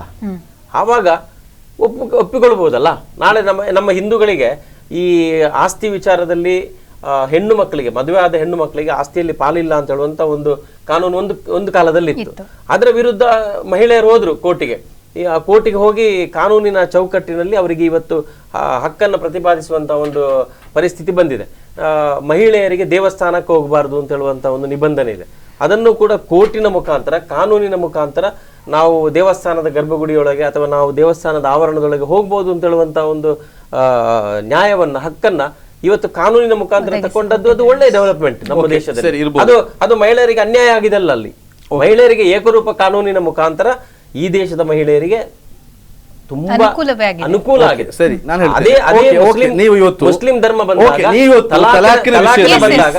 ಅಲ್ಲ, ಮುಸ್ಲಿಂನ ವಿಷಯದಲ್ಲಿ ತಲಾಖಿನ ವಿಚಾರ ಬಂದಾಗ ನಾಳೆ ಏಕರೂಪ ಕಾನೂನಿನ ಮುಖಾಂತರ ಅದು ಬಂದ್ರೆ ಮುಸ್ಲಿಂ ಮಹಿಳೆಯರಿಗೆ ಅದರಲ್ಲಿ ಅನ್ಯಾಯ ಆಗೋದಿಲ್ಲ. ಇವತ್ತು ನೀವು ತಲಾಖಿನ ವಿಷಯದಲ್ಲಿ ಒಂದು ಕಾನೂನು ಮಾಡ್ತೀರಿ, ಇನ್ನು ಸ್ವಲ್ಪ ವರ್ಷಗಳು ಕಳೆದಾಗ ಅದರಲ್ಲಿ ಕೆಲವು ಕೊರತೆಗಳು ಕಂಡು ಬರ್ತದೆ, ಆಗ ಮತ್ತೆ ಕಾನೂನು ತಿದ್ದುಪಡಿ ಮಾಡ್ತೀವಿ. ಇನ್ನು ಕೆಲವು ವರ್ಷ ಕಳೆದಾಗ ಅದರಲ್ಲಿ ಕೂಡ ಆಗಿನ ಸಂದರ್ಭಕ್ಕೆ ಹೊಂದುವುದಿಲ್ಲ ಅಂತೇಳಿ ಮತ್ತೆ ತಿದ್ದುಪಡಿ ಮಾಡ್ತೀವಿ. ಹೀಗೆ ನಮ್ಮ ವ್ಯವಸ್ಥೆಗಳಿಗೆ, ನಮ್ಮ ಸಂವಿಧಾನ ಈ 60-70 ವರ್ಷಗಳಲ್ಲಿ ಸುಮಾರು 90% ಸರ್ತಿಗಳು ಏನಾಗಿದೆ, ಅಮೆಂಡ್ಮೆಂಟ್ಗಳಾಗಿದೆ. ಇದು ಅಮೆಂಡ್ಮೆಂಟ್ಗಳಾಗಿದೆ. ಇಷ್ಟು ತಿದ್ದುಪಡಿಗಳು ಯಾಕೆ ಬರ್ತವೆ ಅಂತ ಹೇಳಿದ್ರೆ, ನಾವು ಮಾಡ್ತಕ್ಕಂಥ ಕಾನೂನುಗಳಿಗೆ ಒಂದು ಮಿತಿ ಇರ್ತದೆ. ಅದೇ ಸಂದರ್ಭದಲ್ಲಿ ನಾವು ನಮ್ಮ ಧರ್ಮ ಅಂತ ಹೇಳ್ತಕ್ಕಂಥದ್ದು ಈಗ 1450 ವರ್ಷಗಳು ಪವಿತ್ರವಾದ ಪ್ರವಾದಿಯವರು ಧರ್ಮ ಪ್ರಚಾರ ಸ್ಟಾರ್ಟ್ ಮಾಡಿ 1451 ವರ್ಷ ಆಯ್ತು, 51ನೇ ವರ್ಷ ಇದು. ಇಷ್ಟು ವರ್ಷಗಳಲ್ಲಿ ಧರ್ಮಕ್ಕೆ ಬದಲಾವಣೆ ಮಾಡಬೇಕಾದ ಅಗತ್ಯ ಬರಲಿಲ್ಲ, ಕಾನೂನುಗಳನ್ನು ಚೇಂಜ್ ಮಾಡಬೇಕಾದ ಅಗತ್ಯ ಬರಲಿಲ್ಲ. ಧರ್ಮ ಅಂತ ಹೇಳ್ತಕ್ಕಂಥದ್ದು ಒಂದು ವ್ಯವಸ್ಥಿತವಾದಂತಹ, ಎಲ್ಲರಿಗೂ ಸುರಕ್ಷತೆಯನ್ನು ಕೊಡ್ತಕ್ಕಂತಹ ಒಂದು ವ್ಯವಸ್ಥೆ. ನಮ್ಮಲ್ಲಿ ಕುರಾನ್ ಅಂತ ಹೇಳುವಂಥದ್ದು ಒಂದು ಸುಭದ್ರವಾದಂತಹ ಒಂದು ಸಂವಿಧಾನ. ಅದರಲ್ಲಿ ಎಲ್ಲ ಹೆಣ್ಣಿನ ಸುರಕ್ಷತೆಗೆ ಬೇಕಾದ ಎಲ್ಲ ಅವಕಾಶಗಳು ಇರುವಾಗ ಅದನ್ನು ನಾವು ಯಾರದು ಹೊರಗಿನವರ ಒತ್ತಾಯಕ್ಕೆ ಮಾಡಿದ್ದು. ಅದು ಕೂಡ ಇಲ್ಲಿ ಧರ್ಮವನ್ನು ಅವಲಂಬಿಸುವ, ಧರ್ಮವನ್ನು ಪಾಲನೆ ಮಾಡೋ ಯಾರು ಕೂಡ ಬೇಕು, ಬದಲಾವಣೆ ಬೇಕು ಅಂತ ಹೇಳ್ತಾ ಇಲ್ಲ. ಕೆಲವು ವ್ಯಕ್ತಿಗಳು ಅದರಲ್ಲಿ ಬದಲಾವಣೆ ಬಯಸ್ತಾ ಇದ್ದಾರೆ ಅಂತ ಹೇಳಿದ್ರೆ ನಾವು ಕಾನೂನಿಗೆ ಕೊಂಡು ಹೋಗಿ ನಾಳೆ ಇಲ್ಲಿ ಧರ್ಮವೂ ಇರುವುದಿಲ್ಲ, ಈ ಕಾನೂನು ಕೂಡ ಉಳಿಯುವುದಿಲ್ಲ, ಅದು ಕೂಡ ಬದಲಾವಣೆ ಆಗ್ತಾ ಹೋಗ್ತದೆ. ಇಲ್ಲ, ಮತ್ತೊಂದು ಆರೋಪಗಳು ಕೂಡ ಇದೆ. ಏನು ಅಂತ ಹೇಳಿದ್ರೆ ತಲಾಕ್ ನಿಂದಾಗಿ ಇದು ತಲಾಕ್ ಬಹುಪತ್ನಿತ್ವವನ್ನು ಪ್ರಮೋಟ್ ಮಾಡಿದಾಗ ಆಗುದಿಲ್ಲ. ಪ್ರತಿ ಬಾರಿ ಕೂಡ ಒಂದೊಂದು ಹೆಣ್ಣಿಗೆ ತಲಾಕ್ ಕೊಡ್ತಾ ಬಂದಾಗೆ ಬಹುಪತ್ನಿತ್ವ ಮತ್ತೆ ಪುನಃ ಹೆಣ್ಣಿನ ಶೋಷಣೆಗೆ ಅವಕಾಶ ಮಾಡಿಕೊಟ್ಟ ಹಾಗೆ ಆಗ್ಲಿಲ್ವಾ ನಿಮ್ಮ ಧರ್ಮದಲ್ಲಿ? ಇದ್ರ ಬಗ್ಗೆ ನೋಡಿ, ನಮ್ಮ ಭಾರತದ ಸಂವಿಧಾನದಲ್ಲಿ ಒಬ್ಬ ವ್ಯಕ್ತಿ, ಒಬ್ಬ ಇಲೆಕ್ಷನ್ಗೆ ಒಬ್ಬ ನಿಲ್ತಾನೆ, ಅವ ಎಷ್ಟು ಕ್ಷೇತ್ರದಲ್ಲಿ ನಿಲ್ಬೋದು, ಎಷ್ಟು ಕ್ಷೇತ್ರದಲ್ಲಿ ಬೇಕಾದ್ರೆ ನಿಲ್ಬೋದು. ಆಗ ನಾವು ಯೋಚನೆ ಮಾಡ್ತಿಚ್ಚೆ, ಹಾಗಾದರೆ ಒಬ್ಬ 543 ಲೋಕಸಭಾ ಕ್ಷೇತ್ರಗಳಲ್ಲಿ ಒಬ್ಬನೇ ನಿಂತು ಬಿಟ್ರೆ ಏನಪ್ಪ ಅವಸ್ಥೆ, ಇಡೀ ಏನಾಗ್ಬೋದು ಅವಸ್ಥೆ. ಆದರೆ ಆಗ ಆಗ್ತದಾ? ವ್ಯವಸ್ಥೆ ಇದೆ, ಅವಕಾಶ ಇದೆ. ಭಾರತದ ಸಂವಿಧಾನದಲ್ಲಿ 543 ಕ್ಷೇತ್ರಗಳಲ್ಲಿ ಬೇಕಾದರೂ ಒಬ್ಬ ನಿಲ್ಬೋದು, ಒಬ್ಬನಿಗೆ ಬಹುಕ್ಷೇತ್ರಗಳಲ್ಲಿ ನಿಲ್ಲುವ ಅವಕಾಶ ಇದೆ. ಆದರೆ ಅದಕ್ಕೆ ಯಾರಾದ್ರೂ ನಿಲ್ತಾರ ಅಥವಾ ಅದು ಪ್ರಾಯೋಗಿಕವಾಗಿ ನಡೀತದ? ಇಲ್ಲ, 1-2 ಕ್ಷೇತ್ರ ನಿಲ್ತಾರೆ. ಅದೇ ರೀತಿ ಈ ನಿಯಮ ಕೂಡ ಹಾಗೇನೆ. ಇಲ್ಲಿ ಬಹುಪತ್ನಿತ್ವಕ್ಕೆ ಅವಕಾಶ ಇದೆ, ಸರಿ. ಅದರ ಅರ್ಥ ಏನು ಅಂತ ಹೇಳಿದ್ರೆ ಎಲ್ಲರೂ ಬಹುಪತ್ನಿತ್ವವನ್ನು ಮಾಡ್ತಾ ಇದ್ದಾರೆ ಅಂತ ಹೇಳಿಲ್ಲ. ಒಬ್ಬನಿಗೆ ಒಂದು ಪತ್ನಿಯನ್ನ, ಆ ಪತ್ನಿಯೊಂದಿಗೆ ಏನು ಅವನಿಗೆ ಬೇಕಾದಂತಹ ರೀತಿಯಲ್ಲಿ ಬದುಕಲಿಕ್ಕೆ ಸಾಧ್ಯ ಆಗ್ತಾ ಇಲ್ಲ. ಅದೇ ಸಂದರ್ಭದಲ್ಲಿ ಅವಳನ್ನು ಬಿಡುವ ಹಾಗೆ ಕೂಡ ಇಲ್ಲ. ಅವಳು ಬೀದಿಗೆ ಬೀಳ್ತಾಳೆ, ಅಥವಾ ಅವಳೊಂದಿಗೆ ಪ್ರೀತಿ ಇದೆ ಆದರೆ ಅವಳಿಂದ ಅವನಿಗೆ ಸಿಗಬೇಕಾದಂಥದ್ದು ಸಿಗ್ತಾ ಇಲ್ಲ. ಅಂತ ಸಂದರ್ಭದಲ್ಲಿ ಎರಡನೇ ಮದುವೆ ಆಗುವುದಾದ್ರೆ ಅದಕ್ಕೆ ಅವಕಾಶವನ್ನು ಕೊಡ್ತದೆ. ಇನ್ನು ಅಲ್ಲ, ಅವಳಿಂದ ಏನು ಅವನಿಗೆ ಸಮಸ್ಯೆ ಇಲ್ಲ, ಆದರೆ ಬೇರೊಂದು ಹುಡುಗಿದ್ದಾಳೆ, ಒಂದು ವಿಧವೆ ಹೆಣ್ಣಿದ್ದಾಳೆ, ಅವಳನ್ನು ಯಾರು ಕೂಡ ಮದುವೆ ಆಗ್ಲಿಕ್ಕೆ ಸಿದ್ಧ ಆಗ್ತಾ ಇಲ್ಲ, ಅವಳಿಗೊಂದು ಬದುಕು ಬೇಕು. ಅಂತಹ ಸಂದರ್ಭದಲ್ಲಿ ಒಬ್ಬ ಮುಸಲ್ಮಾನ ಏನ್ ಮಾಡ್ತಾನೆ, ನನಗೆ ಒಂದು ಪತ್ನಿ ಇದೆ, ಆದರೆ ನನಗೆ ಅವಳನ್ನು ನೋಡಿಕೊಳ್ಳುವ ಇದು ಏನು ತಾಕತ್ತಿದೆ, ಸಾಮರ್ಥ್ಯ ಇದೆ, ಅವಳಿಗೆ ಬೇಕಾದನ್ನು ನಾನು ಕೊಡ್ತೀನಿ, ಅದೇ ರೀತಿ ಇಬ್ಬರನ್ನು ಸಮಾನವಾಗಿ ನಾನು ನೋಡಿಕೊಳ್ತೀನಿ ಅಂತ ಅವನಿಗೆ ಧೈರ್ಯ ಇದ್ದರೆ ಅವನು 2 ಮದುವೆ ಆಗ್ಬೋದು. ಇದರಲ್ಲಿ ಯಾರಿಗೆ ಸಮಸ್ಯೆ ಬಂತು, ಎಲ್ಲಿ ಸಮಸ್ಯೆ ಇಂಥ ವಿಚಾರಗಳಿಗಾಗಿ ಮುಸ್ಲಿಂ ಮಹಿಳೆಯರು ಹೊರಗೆ ಬಂದು ಬಂಡಾಯ ಎದ್ಬಿಟ್ಟು ಸಮಾನ ಯಾವುದು ಇಡೀ ರಾಷ್ಟ್ರದ 20 ಕೋಟಿ ಮುಸಲ್ಮಾನರಲ್ಲಿ ಯಾವುದೋ 16 ಹೆಂಗಸರು ಬಂಡಾಯ ಹೇಳ್ತಾ ಇದ್ದಾರೆ. ಏನು ಮುಸ್ಲಿಂ ಮಹಿಳೆಯರು ಎಲ್ಲರೂ ಕೂಡ ತಲಾಕ್ ಪದ್ಧತಿ ಇರಬೇಕು, ನಮ್ಗೆ ಸಮಾನ ರೂಪದ ಕಾನೂನು ಬೇಡ ಅಂತ ಹೇಳ್ತಾರೆ. ಯಾರು ಹೇಳ್ತಾರೆ? ಧರ್ಮವನ್ನು ಪಾಲನೆ ಮಾಡುವ ಧರ್ಮದಲ್ಲಿ ಬದಲಾವಣೆ ಯಾವತ್ತೂ ಬಯಸುವುದಿಲ್ಲ. ಧರ್ಮದಲ್ಲಿ ಬದಲಾವಣೆ ಬಯಸುವಂತದ್ದು ಅದು ಅಷ್ಟೊಂದು ಸುಲಭವಾದಂತ ವಿಚಾರ ಅಲ್ಲ. ಇವ್ರು ಹೇಳಿದಾಗೆ ಮುಸ್ಲಿಂ ಮಹಿಳೆಯರಿಗೆ ಇವತ್ತು ಅನ್ಯಾಯ ಆದರೂ ಕೂಡ ಅದನ್ನ ಓಪನ್ ಆಗಿ ಬಂದು, ಈಗ ನಾವು ಇವತ್ತು ಡಿಬೇಟ್ ಮಾಡ್ತಾ ಇದ್ದೇವೆ, ನಮ್ಮ ಮಂಗಳೂರಲ್ಲಿ ಯಾವುದಾದ್ರೂ ಒಂದು ಮುಸ್ಲಿಂ ಮಹಿಳೆ ಬಂದು ಇಲ್ಲಿ ಕೂತು ಮಾತಾಡುವಂತ ಪರಿಸ್ಥಿತಿಯಲ್ಲಿ ಇರುವುದಿಲ್ಲ, ಅವಕಾಶಗಳು ಕೂಡ ಇಲ್ಲ. ಅದಕ್ಕೋಸ್ಕರ ಇವ್ರು ಹೇಳಿದಾಗೆ ಮುಸ್ಲಿಂ ಧರ್ಮದಲ್ಲಿ ಮಾತ್ರ ಅಲ್ಲ, ಹಿಂದೂ ಧರ್ಮದಲ್ಲೂ ಕೂಡ ಇದು ಯಾವುದು ಡೈವರ್ಸ್ಗಳು ಆಗ್ತಾ ಇದೆ, ವಿಚ್ಛೇದನ ವಿವಾಹ ವಿಚ್ಛೇದನಗಳು ಆಗ್ತಾ ಇದೆ. ಆದ್ರೆ ಅಲ್ಲಿ ಮತ್ತು ಇಲ್ಲಿ ಏನು ಡಿಫ್ರೆನ್ಸ್ ಅಂತ ಹೇಳಿದ್ರೆ, ಹಿಂದೂಗಳಲ್ಲಿ ವಿಚ್ಛೇದನ ಆಗಬೇಕಾದ್ರೆ ಕಾನೂನಿನ ಚೌಕಟ್ಟಿನಲ್ಲೇ ಆಗ್ತದೆ. ಇಲ್ಲಿ ಕಾನೂನಿನ ಚೌಕಟ್ಟಿಲ್ಲ. ಇಲ್ಲಿ ಸ್ವಲ್ಪ ದಬ್ಬಾಳಿಕೆಯೂ ಇರಬಹುದು, ಅಥವಾ ಶೋಷಣೆಯಿಂದಲೂ ಇರಬಹುದು, ಅಥವಾ ಧರ್ಮಾಚರಣೆಯಲ್ಲೂ ಇರಬಹುದು. ಇವ್ರು ಹೇಳಿದಾಗೆ, ಸಿದ್ದಿಕ್ ಹೇಳಿದಾಗೆ, ಧರ್ಮದ ಆಚರಣೆಯ ಮುಖಾಂತರ ಒಂದು 10% ಆಗಿರ್ಬೋದು, ಆದ್ರೆ 90% ಧರ್ಮಾಚರಣೆಯಲ್ಲಿ ಆಗೋದಿಲ್ಲ ಅಂತ ಹೇಳುವಂತದ್ದನ್ನ ಕೆಲವು ಮುಸ್ಲಿಂ ಸಂಘಟನೆಗಳು ಹೇಳಿದ್ರಿಂದ ಮಾತ್ರ ಇದು ಚರ್ಚೆ ಆಗ್ತಾ ಇದೆ ಅಂತ ನಾನು ಪರ್ಸೆಂಟೇಜ್ 10%, 95% ಹೇಳುವಂಥದ್ದು ಯಾವುದು ಕೂಡ ಏನಿಲ್ಲ, ಅದೊಂದು ಅರ್ಥ ಆಗುವಂತ ವಿಚಾರ ಅಲ್ಲ. ಯಾಕಂತಂದ್ರೆ ಅದರ ಬಗ್ಗೆ ನೀವು ಅಧ್ಯಯನ ಮಾಡಿಲ್ಲ, ನಾನು ಮಾಡಿಲ್ಲ. ಆದ್ರೆ ನಾನೊಬ್ಬ ಧರ್ಮಗುರು ನೋಡಿ, ನಾನೊಬ್ಬ ಧರ್ಮಗುರು, ನಾನೊಂದು ಮಸೀದಿಯಲ್ಲಿ ಸೇವೆ ಮಾಡ್ತಾ ಇದ್ದೆ. ಇಲ್ಲಿ ಕಳೆದ 2 ವಾರದ ಮೊದಲು ನನ್ನ ಹತ್ರ ಒಂದು ಕೇಸ್ ಬಂತು. ಏನಪ್ಪಾ ಅಂತ ಹೇಳಿದ್ರೆ, 2 ದಂಪತಿಗಳು ಅವರಲ್ಲಿ ಸಮಸ್ಯೆ ಇದೆ, ಇಬ್ಬರನ್ನು ಕರೆಸ್ಕೊಂಡೆವು ಆಫೀಸ್ಗೆ. ಆಗ ಹುಣಸೂರಿನ ಹುಡುಗ, ಕೊಡಗಿನ ಹುಡುಗಿ. ಅವಳು ಏನು ಹೇಳ್ತಾ ಇದ್ದಾಳೆ ಅಂತ ಹೇಳಿದ್ರೆ, ನನಗೆ ಇವರೊಂದಿಗೆ ಬದುಕಲಿಕ್ಕೆ ಸಾಧ್ಯ ಇಲ್ಲ, ನನಗೆ ನೀವು ತಲಾಕ್ ಕೊಡಿಸಬೇಕು ಅಂತ ಹೇಳ್ತಾ ಇದ್ದಾಳೆ. ಇವನೇನು ಹೇಳ್ತಾ ಇದ್ದಾನೆ, ಇವನ ಹತ್ರ ಕೇಳಿದವ ಹೇಳಿದ್ರೆ, ಇಲ್ಲ ನನಗೆ ಹೆಂಡತಿ ಬೇಕು ಅಂತ ಹೇಳ್ತಾನೆ. ಆಗ ಅವಳು ಹೇಳಿದ್ರು, ಇಲ್ಲ ಗುರುಗಳೇ, ಅವಳಿಗೆ ಏನ್ ಬೇಕು ಅಂತ ಹೇಳಿದ್ರೆ, ನಾನು ತಲಾಕ್ ಕೇಳಿದ್ರೆ ಮತ್ತೇನೋ ಇದು, ಅವನು ತಲಾಕ್ ಕೊಟ್ರೆ ನಾನು ಲಕ್ಷ ಹಣ ಪರಿಹಾರ ಕೇಳ್ತೀನಿ, ಅದರಿಂದ ತಪ್ಪಿಸ್ಕೊಳ್ಳೋದಕ್ಕೆ ಬೇಕಾಗಿ ಅವ ಕೊಡ್ತಾ ಇಲ್ಲ. ನನಗೆ ಅವನ ಒಂದು ಹಣ ಕೂಡ ಬೇಡ, ನಾನು ಬರೆದು ಕೊಡ್ತೀನಿ, ನನಗೆ ನನ್ನ ಬದುಕು ಒಂದು ಚೆನ್ನಾಗಿ ಹೋಗ್ಬೇಕು, ಆದ್ದರಿಂದ ನನಗೆ ತಲಾಕ್ ಕೊಡಿಸಬೇಕು. ಇಂತಹ ಸಂದರ್ಭ ಏನ್ ಮಾಡ್ಬೇಕು ಹೇಳಿ? ಹಾಗಾದ್ರೆ ಅಲ್ಲಿ ಗಂಡಸಿಗೂ ಕೂಡ ಅನ್ಯಾಯ ಆಯ್ತು ಅಂತ ಆಯ್ತಲ್ಲ? ಆಯ್ತು, ಅದಕ್ಕೆ ನಾವು ಅಲ್ಲಿ ಬಹಳ ಒಂದ್ ನಿಮಿಷ, ಕಾನೂನಿನ ಚೌಕಟ್ಟಿಗೆ ಅದು ಬಂದ್ರೆ ಗಂಡಿಗೂ ಒಂದು ನ್ಯಾಯ ಸಿಗ್ತದೆ ಅಥವಾ ಹೆಣ್ಣಿಗೂ ಒಂದು ನ್ಯಾಯ ಸಿಗ್ತದೆ. ಇಲ್ಲ, ಇಬ್ಬರಿಗೂ ನ್ಯಾಯವನ್ನು ಇಲ್ಲಿ ನಾವು ಕೊಟ್ಟಿದ್ದೇವೆ. ಹೇಗೆ ಗೊತ್ತಾ, ನೀವು ತಲಾಕ್ ಅಂತ ಹೇಳ್ತಿದ್ರೆ ಅದು ಏನು ಬೇಡದ ಹೆಂಡತಿಯನ್ನು ಬಿಟ್ಟು ಬಿಡ್ಲಿಕ್ಕೆ ಗಂಡನಿಗೆ ಇರುವಂತಹ ಒಂದು ಅವಕಾಶ ಮಾತ್ರ ಅಂತ ಹೇಳಿ ತಿಳ್ಕೊಂಡಿದ್ದೀವಿ. ಇದೆ, ಅದು ನೀವು ತಿಳ್ಕೊಳ್ಳಿಲ್ಲ. ಅದೇ ನಾನು ಹೇಳ್ತಾ ಇದ್ದೀನಿ, ಯಾವಾಗ ತನ್ನ ಗಂಡನಿಂದ ತನಗೆ ಬೇಕಾದ ಸುಖ ಸಿಗುವುದಿಲ್ಲ ಅಥವಾ ಖರ್ಚು ಸಿಗುವುದಿಲ್ಲ. ನೀವು ನಮ್ಮ ಮೊಹಮ್ಮಡನ್ ಲಾ ಅಂದ್ರೆ ಈ ಏನು ಮುಸ್ಲಿಂ ವೈಯಕ್ತಿಕ ಕಾನೂನು ಅಂತ ಹೇಳಿದ್ರೆ ಮುಖ್ಯವಾಗಿ ಮೊಹಮ್ಮದನ್ ಲಾ, ಆ ಲಾದಲ್ಲೇ ಬಹಳ ಸ್ಪಷ್ಟವಾಗಿ ಕೊಟ್ಟಿದ್ದಾರೆ. ಏನಂತ ಹೇಳಿದ್ರೆ, ಯಾವ ಸಂದರ್ಭದಲ್ಲಿ Mohammedan law section 2 of the Mohammedan law, the dissolution of Muslim marriage act 1939, ಅದಕ್ಕೆ 1959 ನಲ್ಲಿ ಅಮೆಂಡ್ಮೆಂಟ್ ಮಾಡಿದೆ. ಆ ಪ್ರಕಾರ ಏನ್ ಹೇಳ್ತಾ ಇದೆ ಅಂದ್ರೆ, ದೀರ್ಘಕಾಲದಿಂದ ಊರು ಬಿಟ್ಟು ಹೋಗಿ ಪತ್ತೆಯಾಗದಂತಹ ಗಂಡ, ಅದೇ ರೀತಿ ದೀರ್ಘಕಾಲದಿಂದ ಇವಳನ್ನು ನೋಡಿಕೊಳ್ಳಿಕ್ಕೆ ಸಾಧ್ಯವಾಗದೆ ಮತಿಭ್ರಮಣೆಯಲ್ಲಿ ಇರತಕ್ಕಂತಹ ಪತಿ, ಅಥವಾ ದೀರ್ಘಕಾಲದಲ್ಲಿ ಕಾರಾಗೃಹದಲ್ಲಿದ್ದು ಮತ್ತೆ ಬರ್ಲಿಕ್ಕೆ ಸಾಧ್ಯ ಇಲ್ಲ ಅಂತ ಸ್ಥಿತಿಯಲ್ಲಿರುವಂತಹ ಪತಿ, ಅದೇ ರೀತಿ ಖರ್ಚು ಕೊಡದಂತಹ, ಹಿಂಸೆ ಕೊಡ್ತಕ್ಕಂತಹ ಪತಿ, ಅಂತವರಿಂದ ಮುಕ್ತಿ ಪಡೆಯೋದಕ್ಕೆ ಬೇಕಾಗಿ ಇವಳು ಏನ್ ಮಾಡಬಹುದು, ವಿಚ್ಛೇದನವನ್ನು ಪಡೆಯಬಹುದು. ಯಾವ ರೀತಿ ಅಂತ ಅದಕ್ಕೆ 3 ವ್ಯವಸ್ಥೆ ಇದೆ. ಒಂದು, ಅವನಲ್ಲಿ ತಲಾಕ್ ಹೇಳಲಿಕ್ಕೆ ಮನವಿ ಮಾಡಿ ತಲಾಕ್ ಪಡೆಯುವಂಥದ್ದು. ಇಲ್ಲ ಅಂತ ಹೇಳಿದ್ರೆ ಅವನಿಗೆ ಹಣ ಕೊಟ್ಟು, ಇವಳು ಸ್ಥಿತಿವಂತಳಾಗಿದ್ದರೆ ಅವನಿಗೆ ಫೋರ್ಸ್ ಮಾಡಿ ಅವನಿಗೆ ಹಣ ಕೊಟ್ಟು ಅವನಿಂದ ತಲಾಕನ್ನ ಪಡೆಯಬಹುದು. ಅಥವಾ ಧರ್ಮದ ಏನು ಕಲಿತಂತಹ ಕಾಜಿಗಳು, ಅದನ್ನು ವಿಧಿ ಕೊಡ್ತಕ್ಕಂಥ ಕಾಜಿಗಳ ಸಮ್ಮುಖದಲ್ಲಿ ನಾನು ಅವನಿಂದ ವಿಚ್ಛೇದನವನ್ನು ಅವನಿಂದ ಬೇರ್ಪಟ್ಟಿದ್ದೇನೆ ಅಂತ ಹೇಳಿ ಘೋಷಣೆ ಮಾಡ್ತಾರೆ. ಓಕೆ ಸರ್, ಈ ಮೂಲಕ ಅವಳಿಗೆ ಬಹಳ ಒಳ್ಳೆ ಅವಕಾಶಗಳು ಪತಿ ಬೇಡದ ಸಂದರ್ಭದಲ್ಲಿ ಅವಳಿಗೆ ಅವಕಾಶ ಇದೆ. ಚರ್ಚೆನ ನಾವು ಇನ್ನೊಂದು ವೇದಿಕೆಯಲ್ಲಿ ಖಂಡಿತವಾಗಿ ಮುಂದುವರಿಸೋಣ. ಕೊನೆಯದಾಗಿ ಒಂದು ಮುಸ್ಲಿಂ ವೈಯಕ್ತಿಕ ಕಾನೂನು ಮಂಡಳಿಯಲ್ಲಿ ಒಬ್ಬ ಪುರುಷನಿಗೆ 4 ಮದುವೆ ಆಗಬಹುದು, ಅದೇ ಒಬ್ಬ ಮಹಿಳೆಗೆ 4 ಮದುವೆ ಆಗುವಂತ ಅವಕಾಶ ಇಲ್ಲ. ಸರ್, ಮಾತಾಡೋಣ ಇನ್ನೊಂದು ವೇದಿಕೆಯಲ್ಲಿ ಇದ್ರ ಬಗ್ಗೆ ಚರ್ಚೆ ಮುಂದುವರಿಬೇಕು. ಒಂದು ನಿಮಿಷ, ಆ ಕೊನೆಯ ಪ್ರಶ್ನೆ ಇದರಲ್ಲಿ ಬರ್ತಾ ರೆಕಾರ್ಡ್ ಆಗ್ತಾ ಹೇಳಿ ಹೇಳಿ. ಯಾಕಂದ್ರೆ ಆಗ ನಾನು ಹೇಳ್ಬೇಕಾಗುತ್ತೆ. ಯಾಕಂತ ಹೇಳಿದ್ರೆ ನೀವು ನೋಡಿ, ಅದು ಒಂದು ದ್ರೌಪದಿಯ ಕಾಲದ ಮದುವೆ ಬಗ್ಗೆ ಆಗಬಹುದು. ಒಬ್ಬ ಪುರುಷ, ನನಗೆ ಒಂದು ಪುರುಷ 4 ಮದುವೆ ಆಗುವಂತದ್ರಲ್ಲಿ ದೊಡ್ಡ ಸಮಸ್ಯೆಗಳು ಬರುವುದಿಲ್ಲ. ಯಾಕಂದ್ರೆ 4 ಹೆಣ್ಮಕ್ಕಳನ್ನು ಕೂಡ ಹೆಂಡತಿಯರನ್ನು ಸಮಾನವಾಗಿ ಯಾವ ತರ ಹೇಳ್ತೇವೆ ಅಂತ ಹೇಳಿದ್ರೆ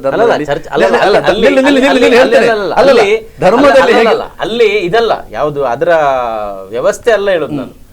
ಯಾವಾಗ ನೀವು ಅದು ಸಾಧ್ಯ ಇಲ್ಲ. ನೀವು ನೋಡಿ, ನನಗೆ ಸಮಾನತೆ ಬಂದಾಗ ಥ್ಯಾಂಕ್ ಯು ಸರ್. ಈಗ ಕೊನೆಯದಾಗಿ ಸಿದ್ದಿಕ್ ಸರ್, ನಾನು ಕೇಳಬೇಕು, ಮುಖ್ಯವಾಗಿ ಕಾನೂನು ಆಯೋಗ ಜನರ ಅಭಿಪ್ರಾಯನ ಕೇಳ್ತಾ ಇದೆ, ಈ ರೀತಿಯ ಸಮಾನ ಕಾನೂನು ಮಾಡಬೇಕು ಅಂತಂದ್ಬಿಟ್ಟು. ಈಗ ಮುಖ್ಯವಾಗಿ ಇನ್ನು ತಲಾಕ್ ಬೇಡ, ರದ್ದತಿ ಮಾಡಬೇಕು ಅನ್ನೋಂಥ ಅಭಿಪ್ರಾಯಗಳು ಹೆಚ್ಚಿನ ಪ್ರಮಾಣದಲ್ಲಿ ಕೇಳಿ ಬಂದ್ರೆ ಮುಸ್ಲಿಂ ಸಮುದಾಯ ಇದನ್ನ ಸ್ವೀಕರಿಸಲಿಕ್ಕೆ ರೆಡಿ ಕೇಳಿ ಬಂದ್ರೆ ಮುಸ್ಲಿಮರಿಂದ ಕೇಳಿ ಬರಬೇಕು.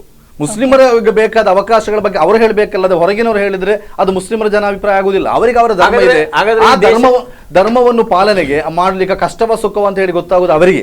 ಹೆಚ್ಚಿನ ಜನಸಂಖ್ಯೆ ಈಗ ಯಾರೇ ಇರ್ಬೋದು, ಮುಖ್ಯವಾಗಿ ಹೆಚ್ಚಿನ ಜನಸಂಖ್ಯೆ ನೋಡಿ, ಇದರ ಹೆಸರೇ ವೈಯಕ್ತಿಕ ಕಾನೂನು ಅಂತೇಳಿ. ವೈಯಕ್ತಿಕ ಕಾನೂನಿನ ಬಗ್ಗೆ ಯಾರಿಗೆ ಗೊತ್ತಿರುವುದು?